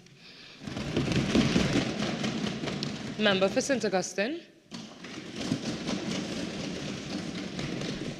Thank you, Madam Speaker, for the opportunity to contribute in this House. Madam Speaker, the opposition understands that it is the responsibility of this House to create legislation that protects the most vulnerable members of the society. Madam Speaker, for some reason, the government seems to want you to forget that we are the ones bringing this motion. We are advocating for the legalization of sextortion. Why would we oppose this legislation, Madam Speaker? Sextortion is not an abstract issue. It is a tangible threat that has profound psychological and emotional consequences to victims. According to the International Association of Women Judges Toolkit on Sextortion, this crime often targets individuals in educational institutions where the power dynamic between the faculty and the students can be exploited. Madam Speaker, the devastating effects of sextortion includes mental health issues, academic underperformance, and extreme cases, the tragic loss of a life, Madam Speaker. In 2017, the Teaching Service Commission announced an alarming rise in teacher-student sexual abuse cases. They did a probe on 19 teachers in cases that include inappropriate touching, sexting, and sexual intercourse. Additionally, Madam Speaker, in September of 2023, a primary school teacher would have been arrested. He was arrested for allegedly luring his student into his home, into his bedroom to give her a massage. Madam Speaker, I anticipate that the government will say children would be protected under the Child Act for sextortion. However, would the member give way? Sorry, I will not be able to with the limited time. However, Madam Speaker, our legislation, we need clear legislation to alleviate these cases. Madam Speaker, as a member for St. Augustine, let me bring this home to my constituency. At the University of the West Indies, St. Augustine, March 2021, Allegations of sexual harassment and assault by a staff member were brought to the public awareness by his students. Madam Speaker, this lecturer was using the campus as well as his office to take nude photographs of his students. Is this not a clear case of sextortion, given the fact that the university lecturer Would the member give way? I do not have time. With the promise of receiving a good grade in the examination, Madam Speaker. Madam Speaker, with the numerous cases brought forth by the opposition as well as the government, we can clearly see that this is a pervasive nature of our pattern within our educational institutions as well as our community, Madam Speaker. I would like to ask why the government cannot multitask. They seem to think that they can only educate the public and then create the legislation. We cannot do this simultaneously, Madam Speaker. We, the opposition, is advocating for clear legislation. Madam Speaker, we do not want persons to feel that they can take advantage of the gaps within our system and slip through so that these instances do not go reported, Madam Speaker. Our educational institutions must be a safe haven for the personal growth and development of our students. By criminalizing sextortion, we reinforce the integrity and safety of our academic environment. The International Association of Women Judges report on ending sextortion highlights the importance of naming and shaming perpetrators by bringing awareness and justice. To bring awareness and justice, Madam Speaker, the Transparency International report indicates that sexual exploitation is often ignored, underreported, and goes unpunished. Madam Speaker, the Minister for Public Admin gave a long speech on how HR can handle sextortion. This matter should not be relegated to Human Resources Department in any organization. The complexity and severity of sextortion cases necessitate judicial oversight. Only through the court system can we ensure that justice is served impartially and thoroughly. HR departments are not equipped to handle such serious allegations adequately, Madam Speaker. Madam Speaker, we must ask ourselves why in the case at the University of the West Indies that I mentioned, the University Teachers Union had to call on the university to address the claims. Had proper legislation existed, Madam Speaker, we would have no need for this call. The lecturer in question would be brought before the court to face justice. This glaring gap, Madam Speaker, in our legal framework underscores the urgent need for this legislation. We must recognize our commitment to Sustainable Development Goal 4, which speaks to quality education. How can we as a country claim to be prepared to contribute to the Sustainable Development Goals when we are not prepared to protect our students, the future of our country, in our duty to ensure that every student can pursue their education in a safe and supportive environment? In conclusion, Madam Speaker, the criminalization of sextortion is not merely a legal necessity, but a moral imperative. By passing this legislation, we send a clear message that our society values dignity and safety of all its members. Let us take this critical step to protect our students and their family, uphold justice, and ensure that educational institutions remain a place of enjoyment and respect, Madam Speaker. Thank you. Minister of Education.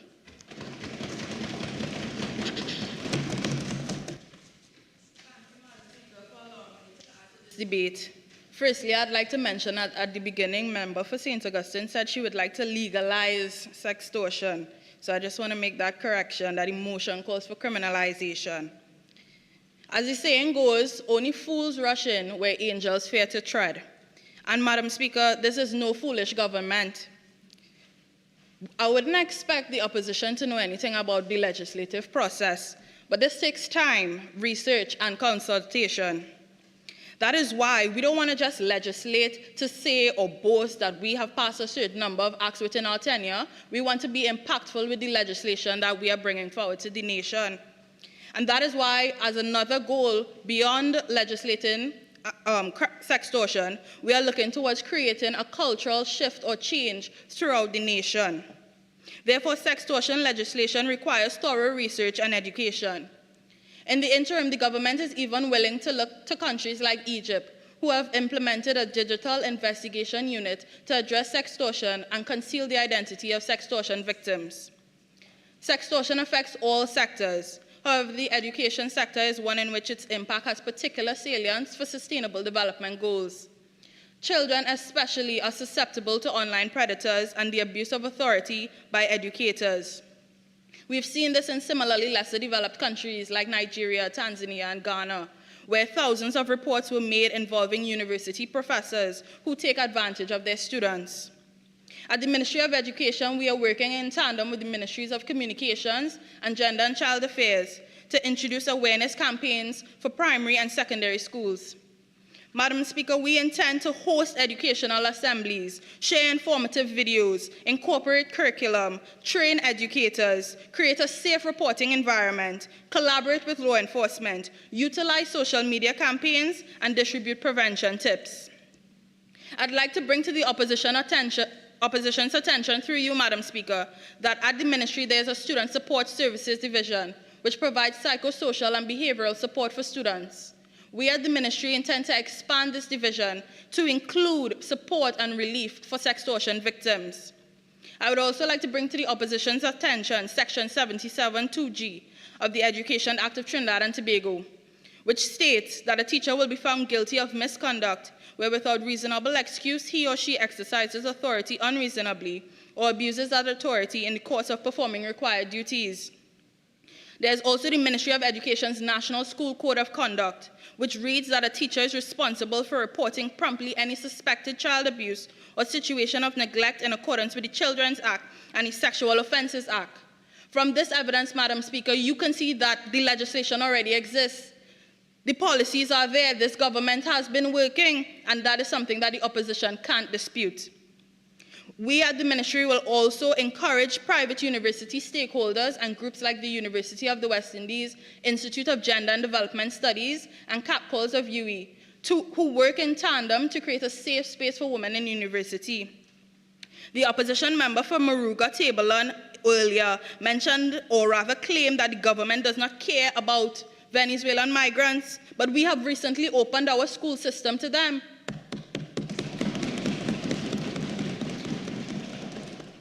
As previously mentioned, the Global Corruption Barometer for Latin America and the Caribbean has found that 1 in 5 people has either directly or indirectly experienced sextortion. And as member for Naparima said earlier, Transparency International reported that women are disproportionately affected by sextortion. But what she failed to mention is that this affects them particularly when accessing public services like healthcare and education. Honorable Member for Caroni East also mentioned at the beginning that the TTPS has failed and are not aware of these types of crimes. However, in 2022, a rape and sexual assault awareness training workshop was hosted in tandem with the British High Commission. And there is the Special Victims Unit of the TTPS, which includes child protection, gender-based violence, and sexual offences units. Therefore, we have been training and educating our police services to learn about sextortion and know about this newly legislated issues like sextortion. Therefore, I'd like to emphasize the need for preliminary measures before expecting victims to come forward, and that Rome was not built in a day. Therefore, we can't just throw legislation forward or throw something on paper. We want to make sure that people know why they're using it, how to use it, and how it can protect them. And this includes the nation's children. Thank you. Member for Mayaro. Thank you, Madam Speaker, for giving me the time to contribute to this important motion. Today we stand at a pivotal juncture where the integrity of our legal system and the safety of our citizens are in question. I'm here to discuss the urgent need for explicit legislation against sextortion in relation to 3 areas: my constituency of Mayaro and rural communities, the impact on the economy, and its implications on the energy sector. So what's happening in Mayaro? I want to start off this discussion by sharing a story of a young Sophia growing up in Mayaro. I would often see the fishermen pulling the seine in at the end of the day. And one day, I remembered very clearly, among the silvery flash of fish, there was a leatherback turtle tangled in the net. Now, back in those days, that was a good catch because it caught a good price and it was a delicacy. And today, as we all know, consuming and capturing turtles is illegal. So we have recognized the need to protect these creatures. How is it that we have laws protecting sea turtles, but nothing to protect victims of sextortion? Like a turtle trapped in a net, victims of sextortion are often trapped in circumstances that are beyond their control. This rings true for ARO and rural communities where cultural norms are felt much more personally by the victims, where women and girls find themselves at heightened risk of becoming victims of sextortion due to the socioeconomic challenges that amplify their vulnerability, making it not just a matter of legal concern, but a humanitarian crisis. The lack of specific legal recourse and cultural stigmatization leads to underreporting and persistent suffering in silence. We found that this is not just a national issue, but also an international one, where reports from the SIWI Institute and the UNU Merit found that women in rural communities in both Kenya and Bangladesh experience sextortion when trying to access public services, especially when trying to access water. So we must recognize the plight of victims in rural communities, as it's our duty to protect them. As the Shadow Minister of Finance and Energy, I want to address the crucial issue of implementing sextortion and their profound economic impact. First and foremost, we need to consider the economic repercussions. When individuals, especially women and girls, are coerced and exploited, it directly hinders their ability to contribute fully to the economy. This exploitation results in reduced productivity and lowers workforce participation, which in turn stunts our overall economic growth. It's not just a moral imperative to combat this issue, it's an economic necessity. Now let's talk about the budgetary allocation. I understand that implementing this legislation will require an initial investment. However, I firmly believe that this is a necessary expenditure.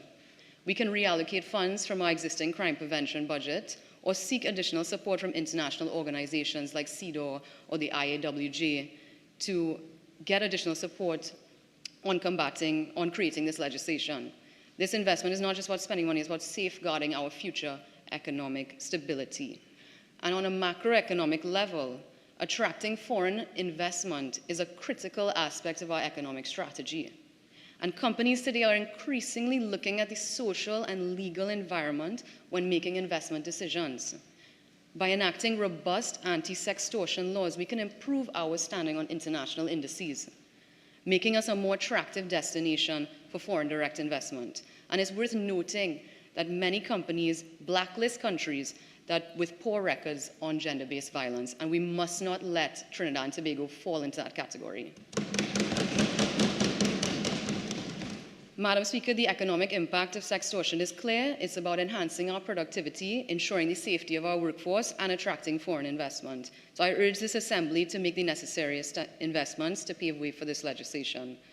On the energy industry, we live in a country with significant energy resources. It's the backbone of our economy. The presence of sextortion and other forms of exploitation can deter skilled professionals, especially women, from working in the energy sector, which is a male-dominated industry.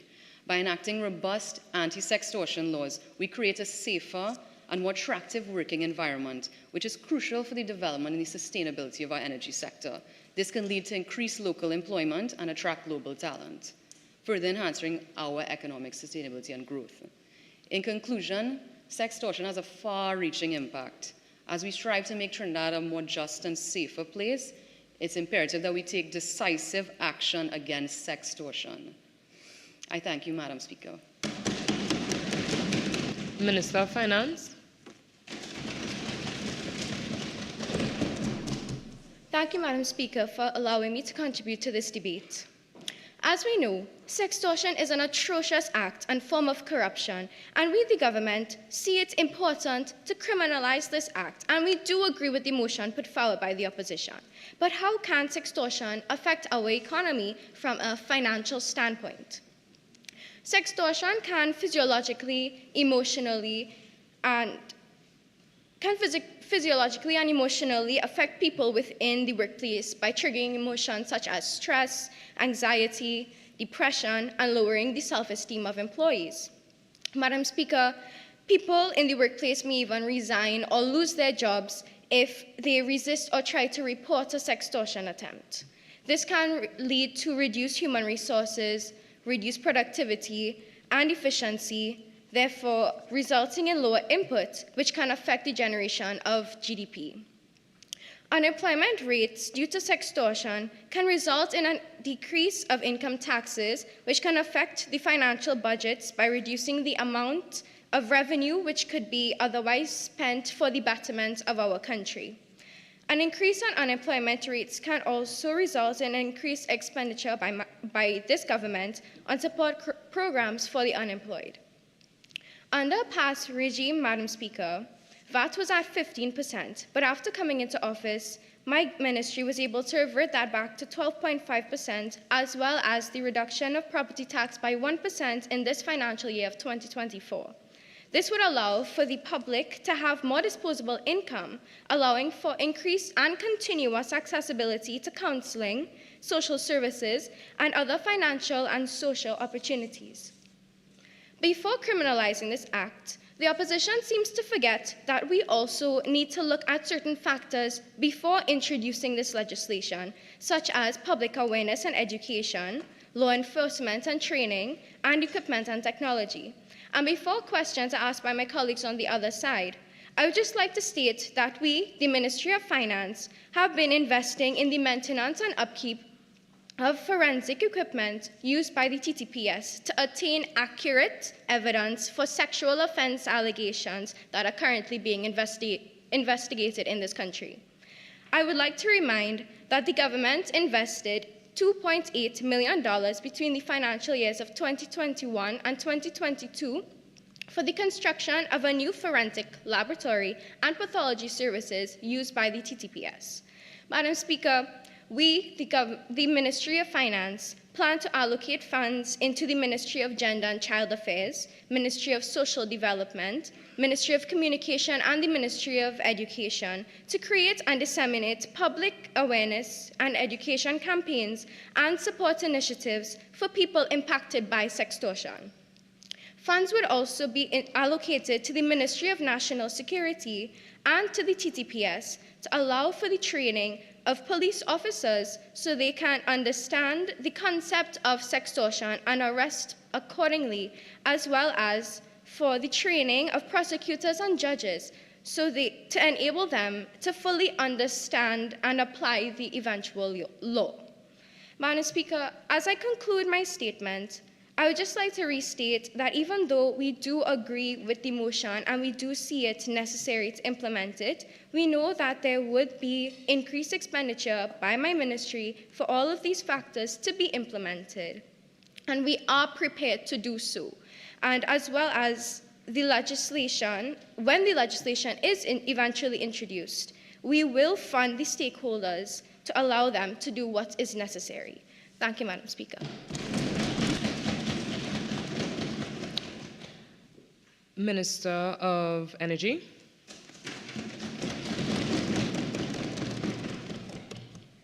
Thank you, Madam Speaker, for allowing me to partake in this debate.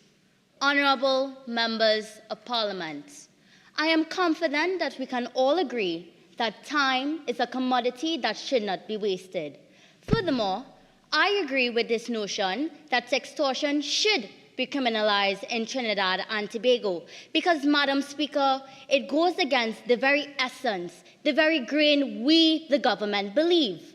We, the government, stand for the people of our country. And if there is something harming our people, Madam Speaker, we are against it. Madam Speaker, we can all clearly see that this growing epidemic exploits the vulnerability of individuals, and it should have no place in our society. Therefore, making sextortion a criminal offense is a critical step in achieving this goal to protect all of our citizens, particularly our women. As the Minister of Energy and Energy Industries, we, the government, acknowledge that the oil and gas sectors are predominantly male-dominated fields, characterized by its laborious and demanding nature, such as fixing pipelines, repairing valves, operating heavy equipment, and much more. According to the Labor Skills Assessment 2022, across the energy, engineering, services sector, women take up less than 20% of the workforce, despite comprising 41% of the national workforce. Madam Speaker, Since women are seen as the minority in these particular fields of work, it becomes more challenging for our women to progress, as the perception may be they are inferior or incapable of handling the physical demands of the fieldwork, far less leading a group of men where she is expected to make job-related decisions on their behalf. In addition to this, for women to progress in these fields, they are sometimes induced to extort sexual favors to enhance their careers. Madam Speaker, not only is it seen as baseless, completely and deeply unfair, but it is also morally wrong, as it violates the very freedom, the very rights of a woman. Madam Speaker, in the energy sector, my ministry's commitment to gender inclusivity remains steadfast. My ministry's objective is to implement and enforce policies and regulations against workplace discrimination and harassment. Moreover, we are implementing mentorship programs to support our women in these challenging environments. Madam Speaker, let me reiterate, sextortion should be deemed as a serious criminal act, and it should be dealt to the full extent of the law. Madam Speaker, we, the government, are committed to represent the people of Trinidad and Tobago. We, the government, are prepared to move with full force to explore sextortion in the energy sector, to protect, to ensure all of our people, all our women are protected. In conclusion, Madam Speaker, my ministry strives to make our workplaces more inclusive, supportive, and accountable to those particularly in authority, thereby it strengthens our industry's productivity through the criminalization of sextortion. Madam Speaker, I thank you. Member for Point of Pear.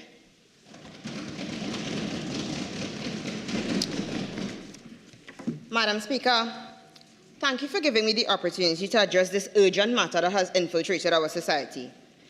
Honourable members, awareness regarding the grievous issue of sextortion is on the rise, prompting our convening here today. This pressing matter necessitates immediate legislative action to uphold the rights of our citizens and safeguard the rights of our justice system.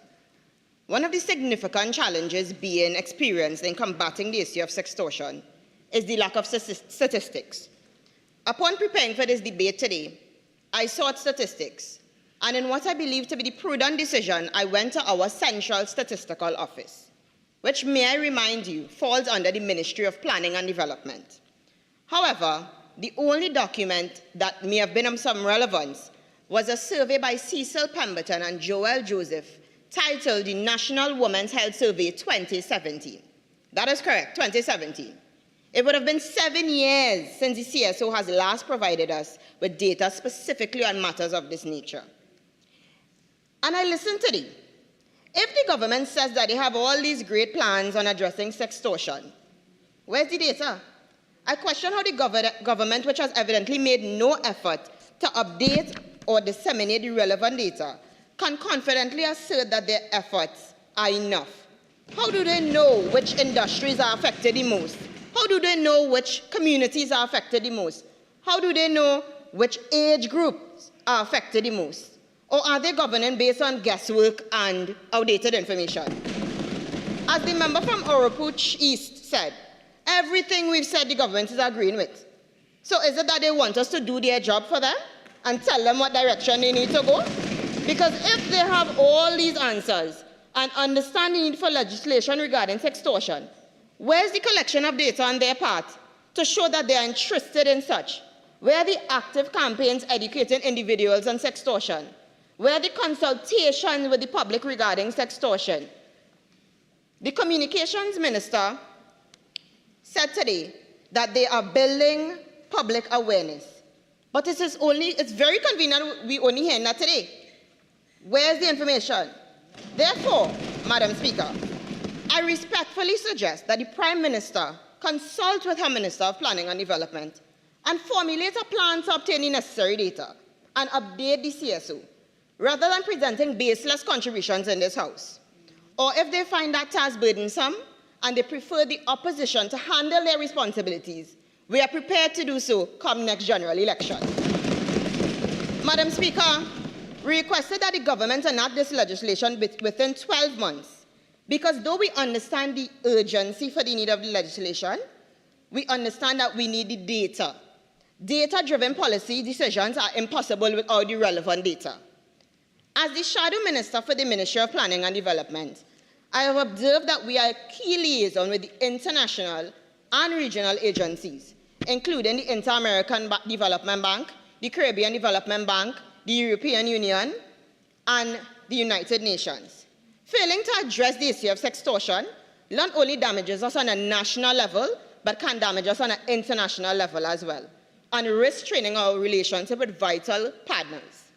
However, not only am I concerned on a ministerial level, but as a representative of the people within my constituency of Pointe-a-Pierre, as they face unique challenges. Madam Speaker, in an article on May 7, 2024, in the Trinidad and Tobago Newsday, the Minister of Energy and Energy Industries expressed optimism regarding the sale of the Petrotrin refinery, which has remained closed since 2018. If this sale is successful, we can anticipate a resurgence of job opportunities. While this development is promising for employment, it also raises concerns about the potential of exploitation, including sextortion, in regards to the hiring process. According to the Trinidad and Tobago Express, when the refinery was shut down, all 1,700 jobs from the refinery were terminated. Those who lost their jobs in 2018 are likely to still be affected with in unemployment, and putting them in a vulnerable position. Therefore, I ask, what measures are currently put in place to protect individuals of such risks? The Minister of Rural Development indicated in her contribution that sextortion is a relatively new concept. But regrettably, Minister, it has been a long-standing problem in our society. Individuals are just now more vocal about it. And I'm happy that the Minister of Tourism on that side mentioned the song by the late singing Sandra, Die With My Dignity, released in 1987. This would have been 37 years ago. I was not even born. Madam Speaker, if you would indulge me, I would like to share a line or two from the song, and I want you all to listen carefully. But nowadays, it's really very hard to get a job as a girl in Trinidad. You're looking now to find something to do, and you meet a boss man who promises to help you. But when the man lays down his condition, it is nothing else but humiliation. And that, my friends, tell me everything I need to know about sextortion and why our current legislation is not good enough. 12 months is more than sufficient time. If this is what we've been hearing from 37 years ago, it isn't, in fact shows that we are behind. How much more time does the government want? In conclusion, honorable members, sextortion undermines the fabric of our society and perpetuates gender inequality. And I would like to reference the late singing Sandra once more. She sang, "They go keep their money, I go keep my honey, and die with my dignity." This powerful line underscores the determination of women to stand firm in their principle. Minister of Planning and Development.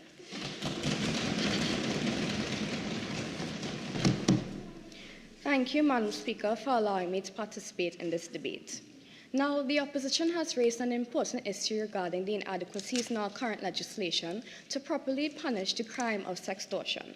However, as noted in the Equal Opportunities Commission's report published in 2018, I'd like to quote, "Criminalizing sexual harassment does not address the problem of sexual harassment in the workplace," noting here that sexual harassment refers to sextortion by definition.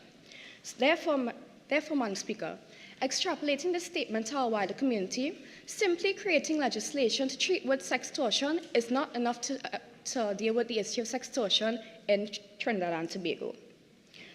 Now, this statement can be supported by evidence shown through the Global Corruption Barometer report published in 2019, the same report referenced by the members for Siparia, which showed that Barbados, despite having legislation criminalizing sextortion as sexual harassment, recorded sextortion rates of 30%. Therefore, while the opposition's concern is valid, they have overlooked the need to treat the root cause of sextortion, an area where our government has expended tremendous efforts. Now, one significant contributor to sextortion, as you would know, is gender inequality. Our government has been working diligently to address this issue by investing in gender-responsive political participation, something that is not only a necessary step to establishing the basic human rights of women and girls in this country, but also towards achieving our sustainable development goals, especially those that revolve around gender equality. Now, in our voluntary national review, several of our efforts were highlighted.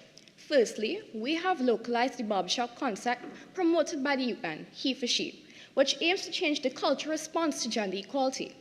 This program brings together males aged 14 and older to discuss and positively reconstruct issues affecting men, such as male-female relationships, domestic violence, masculinity, and stereotypes.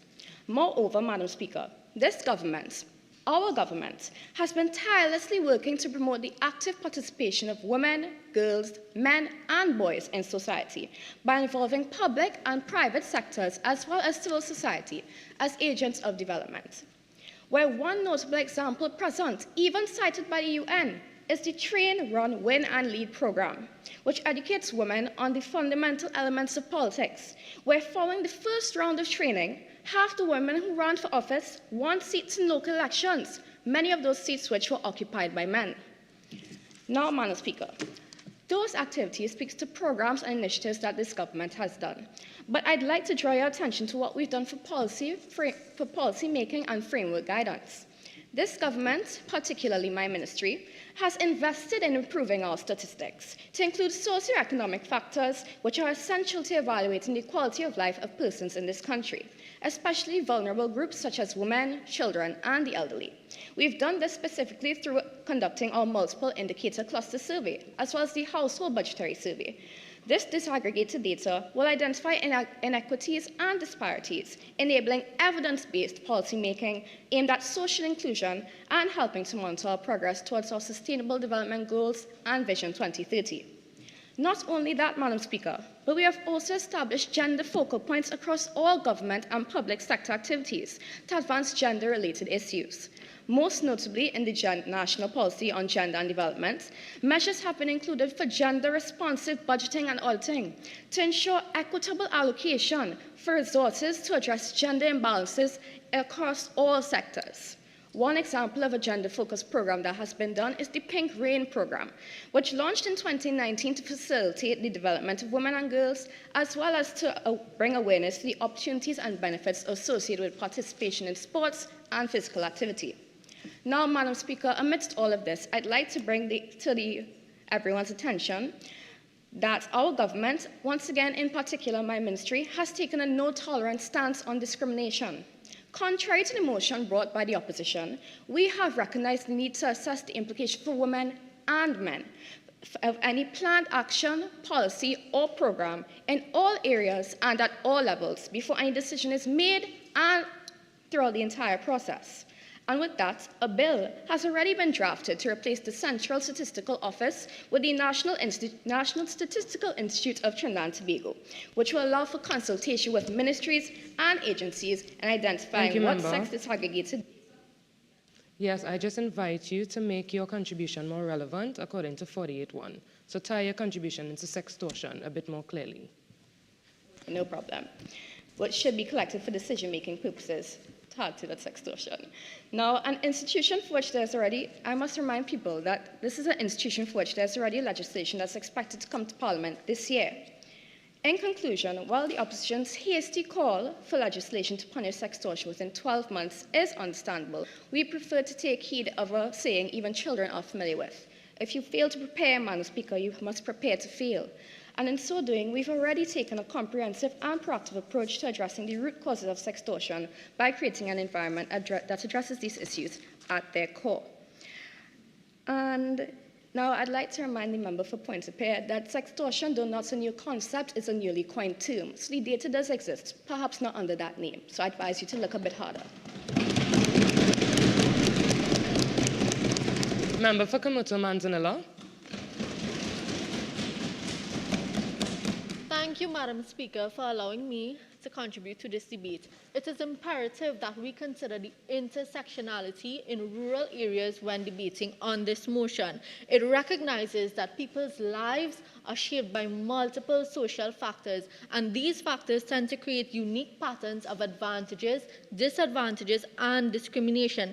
Therefore, it can be argued that women in rural areas are disproportionately affected by sextortion due to the intersection of their gender, geographic location, income, and standard of living. Madam Speaker, we can see that poverty correlates with their rural location to create compounded disadvantages. The lack of literacy, the lack of education among these rural women increases their vulnerability to sextortion circumstances, as they may be less aware of their rights and may have fewer resources to seek justice. According to the United Nations Development Programme Human Development Report, a 2020 study noted that in Trinidad and Tobago, 9,000 persons were multidimensionally poor, while 51,000 were vulnerable to multidimensional poverty in the Manzanilla district. According to the information from the Ministry of Social Development in 2021, more than $341 million was spent on COVID-19 relief programs in 2020 alone, as they sought to aid citizens in facing hardships, including areas such as Komoto. Non-governmental organizations such as the Trinidad and Tobago Youth Advocacy Network has been overwhelmed with requests for help from those who are encountering hardships and cannot provide basic amenities for their families. Thus, Madam Speaker, we can see that these residents will tend to resort to seeking employment to aid in their financial constraints. If we're looking at a power dynamic in the employee-employer relationship, women will be susceptible to sextortion, as they would try to keep their jobs to sustain their families in poverty-stricken communities. I did not hear the Minister of Rural Development speak about this, but I hope to hear the Minister of Housing and Urban Development place greater emphasis on more accessible housing policies that promote greater equity and economic stability in urban and rural areas, because in turn, this will decrease the circumstances that women are placed in to become victims of sextortion. Furthermore, marginalized groups of rural women, such as the disabled, may face even greater risk of sextortion due to the interaction of multiple forms of discrimination. The government wanted to argue and say, hey, there are existing laws in place and provisions in place to protect women from sexual offenses. The Attorney General in particular was very passionate about the amendments of the Domestic Violence Act and the Sexual Offences Act. If so, what is going on with the Persons with Disability Act? Is it just Section A under the title Women with Disabilities? Does the Sexual Offences Act specifically cater to sextortion and its unique circumstances? Because I can tell you, Section 4.1 and Section 9.1 is not applicable. Neither is Section 4 nor Section 30 of the Offences Against the Person Act. The only thing that comes remotely close is Section 3.1 of the Prevention of the Corruption Act. That is still not good enough. Madam Speaker, we implore this government to not view this potential offense from a generalized perspective, but acknowledge that this deserves to be a distinct, separate offense to protect those affected, especially in this modern realm that we live in. Thus, sextortion should be made a criminal offense to protect victims in unrepresented areas who will be more likely vulnerable to circumstances. So, Madam Speaker, I want to leave the government with one question. How can victims of sextortion be brought to justice if it isn't even a law yet? Thank you, Madam Speaker. Minister of Housing and Urban Development. Madam Speaker, I thank you for the opportunity to offer contributions to this spirited debate as I rise to offer some clarity to the members opposite on the stance of the Ministry of Housing and Urban Development. Now, earlier in this debate, allow me to backtrack, Madam Speaker. It was established that a critical factor of sextortion, which according to the members opposite, the government is doing nothing about, is the corruption element. As we understand it, Madam Speaker, corruption corrodes the very intention of access to all, a major mandate of this government and this ministry, which I represent. That is to say that one individual or group benefiting from corruption takes away that access to that particular good or service from another particular group, individual. Madam Speaker, 6 years ago, speaking in a webinar entitled Sextortion, Land and Governance, it was stated by Ms. Marwa Fatafta, Regional Advisor for Transparency International, that, and I quote, "Sextortion plays on the desperation of the victim." She later stated that one way to combat such is to increase access to services across the board. Madam Speaker, that is what this government has done. So for the members opposite to stand up and pontificate and postulate that the government is not doing nothing is beyond me. But I digress. Madam Speaker, leveling the playing field has been one of the main mandates of the Ministry of Housing and Urban Development.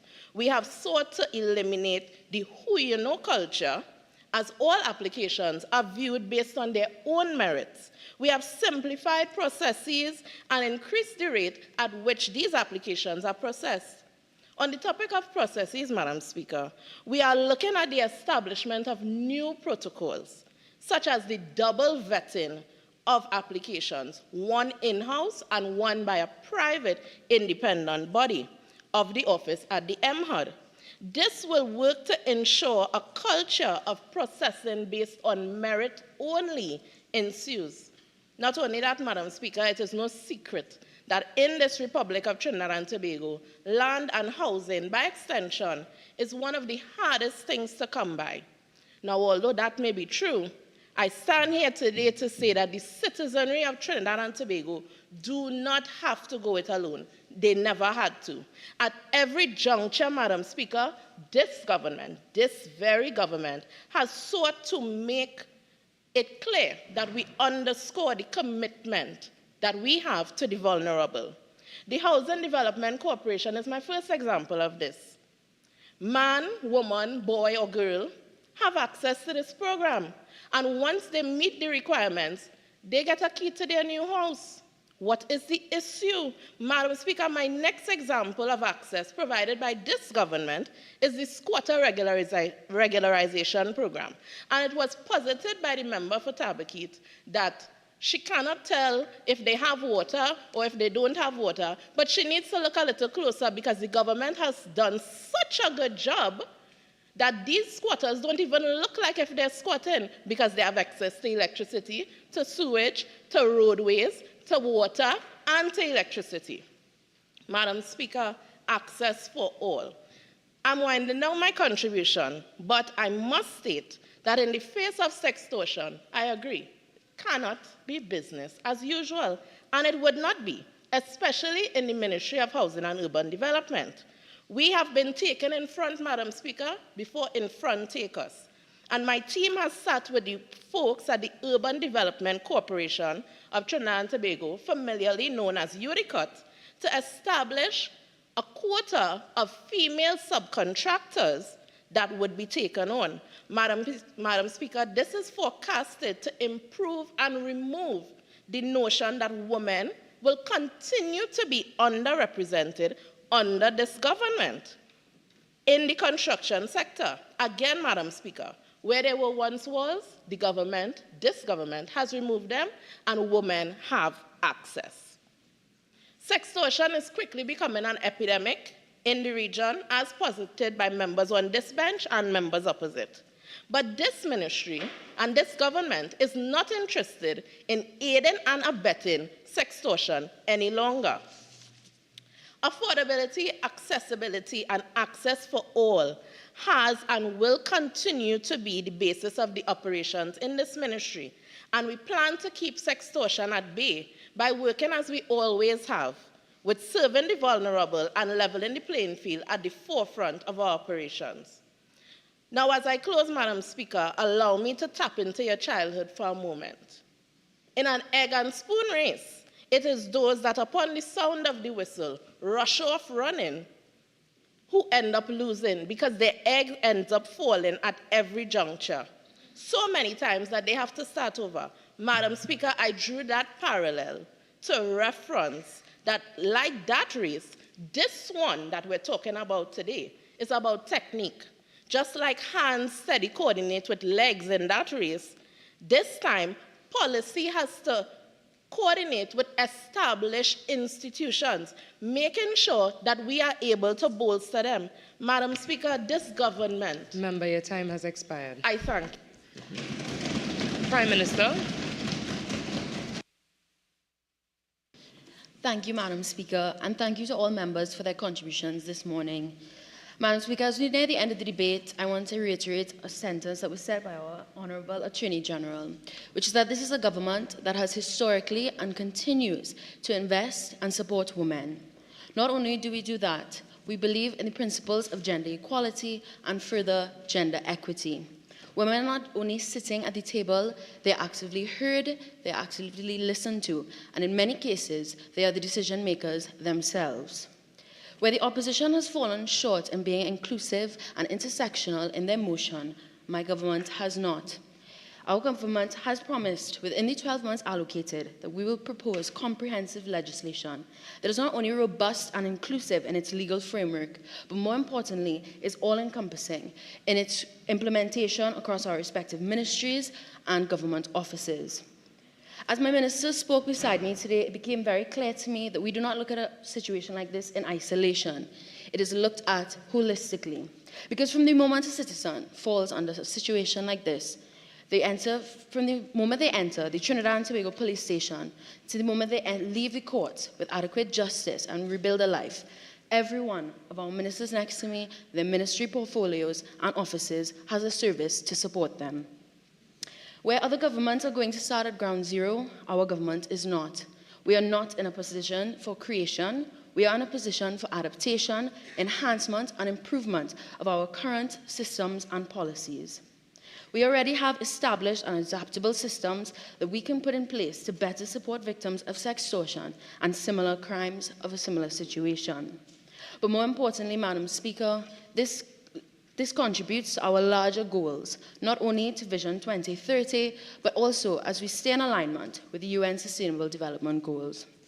Our government is going to put this legislation forward, and it will not only enhance, but also complement our current systems, our current legislation, and our current policies that we already have in place. It supports, of those goals that we are working towards, it supports 4 that I will share today.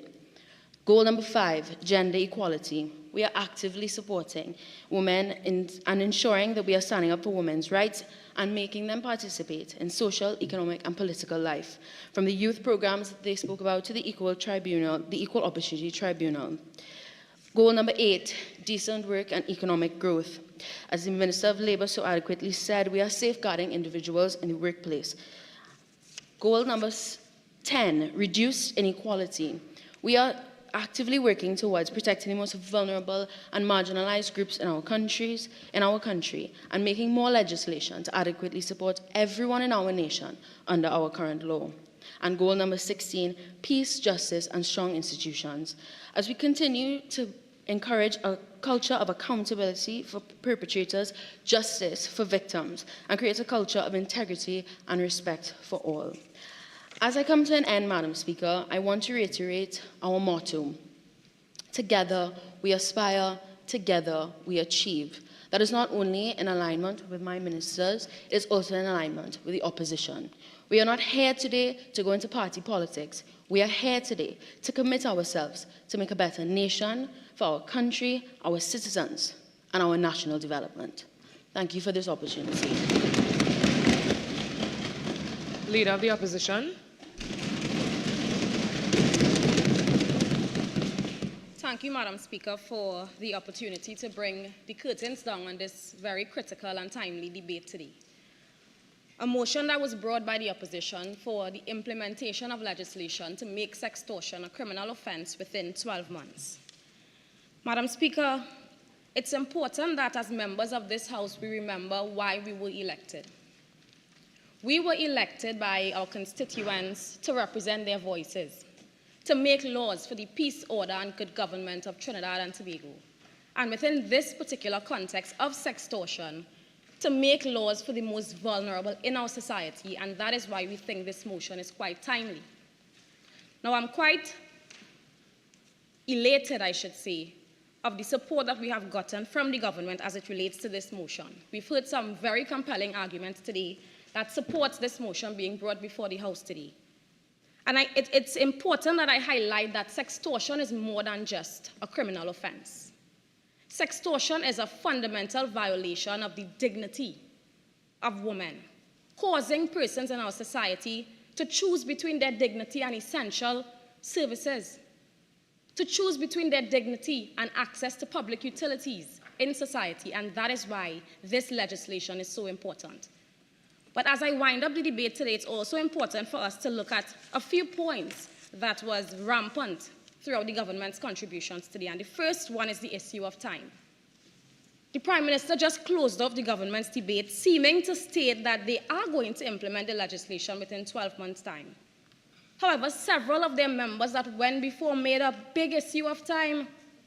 Somebody came and said that we're rushing through building the house. Rome wasn't built in a day.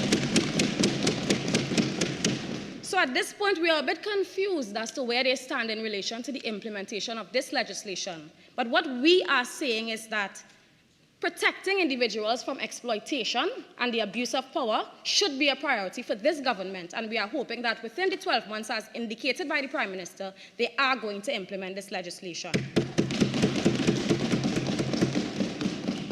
Now, we heard several talks about going to create legislation, and we are going to create model legislation, and that is quite commendable, but may I remind the government, Madam Speaker, that it is the opposition who brought this motion here before the House today.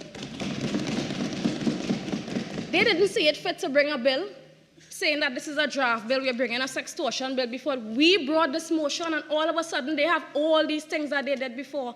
They have policies, they have hotlines, they have customer suggestion boxes in the police stations, things we've never heard of before.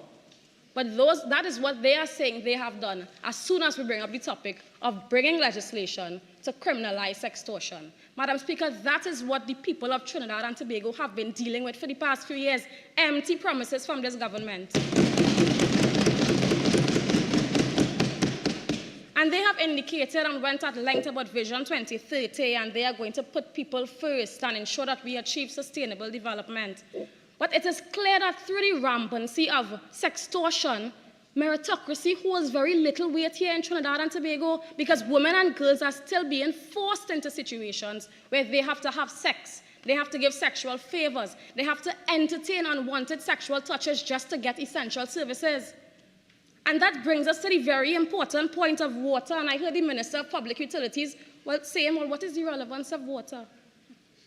And may I remind them, because I don't know if everybody on the government side read the motion.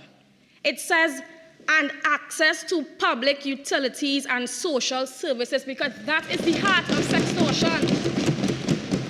The heart of sextortion is the ability of vulnerable people in our society to access these services, but they are being threatened to engage in sexual activities to do so. So water is important, it's important. And they have come with numerous examples of sextortion. Well, I was in a taxi and I heard this, and there was a situation in a school and a hotel and teachers and good grades. All these examples, they know, and they still didn't bring a bill before the House, Madam Speaker. They have highlighted and went at length of all these programs and policies, nothing of relevance to sextortion. The Minister of Youth came and said we have programs on agriculture. Those things are commendable outside of sextortion. But we want to know, what are you all doing about sextortion, about the sexual exploitation of women and girls in Trinidad and Tobago under this particular criminal offense? And I want to highlight the JSC report that one of the members of the government highlighted. Because in this same JSC report, there were numerous critiques against the very sexual harassment framework in this country. We don't have any particular offense that deals with sexual harassment right now.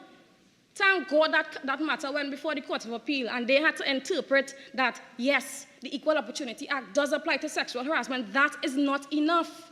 That can never be enough, because we are continuously leaving these issues to go before the judiciary for them to decide, when we could just create the legislation to protect women and girls, Madam Speaker. And I just want to wrap up the points that the government made by saying this very briefly. They said, sorry, one of the members of the government side, maybe this motion was taken wholesale from outside because men are also affected. We are not disputing that men are affected. And they have the audacity to come and say that, we may not be aware of the legislative process. Maybe they are not aware, because legislation is not produced for women alone. It's produced for the entire society. But, Madam Speaker, I've given enough attention to what they have said, and I wish to emphasize the main points that the opposition has made throughout this motion, which is that the key issue within this motion here today is the issue of gender equality. Ensuring that we are able to dismantle those systemic gender inequality issues and implement this legislation that will empower the most vulnerable in our society. The women and girls that are affected by sextortion, that is what this legislation will provide for. It will provide a deterrence factor for those perpetrators who continuously abuse their power and use it for a purpose for which it was not given to them, to coerce women and girls in this country into engaging in these sexual acts for some benefit or advantage to them. It's important that we have clarity within our laws. It's important that we have unique standalone legislation to deal with the very unique issue of sextortion. We have numerous laws on our books. We have sexual harassment, prevention of corruption, proceeds of crime, domestic violence. We heard them go at length of it. But none of these existing laws deal with this issue, and that is why we are saying it must be a matter of urgency for the government. As I close, please, Madam Speaker, it's important to say the issue before the House today of implementing legislation to criminalize sextortion is not just a legal issue. It's a moral one. And I want to urge the members of this House today, heed the call to those who have suffered, those who are suffering in silence, those whose careers have been derailed and whose lives have been destroyed by virtue of sextortion. Madam Speaker, together we can make a difference, and together we can ensure that justice is not just a word, but it's a reality for everyone in this country. I thank you. I beg to move.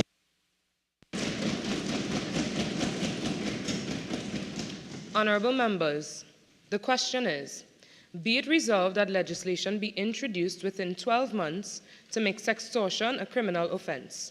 All in favour say aye. Aye. Any against? I think the ayes have it. Leader of the House. Thank you, Madam Speaker. Madam Speaker, I beg to move that this House do now adjourn to a date to be fixed. Honourable members, the question is that this House do now adjourn to a date to be fixed. All in favour say aye. Aye. Any against?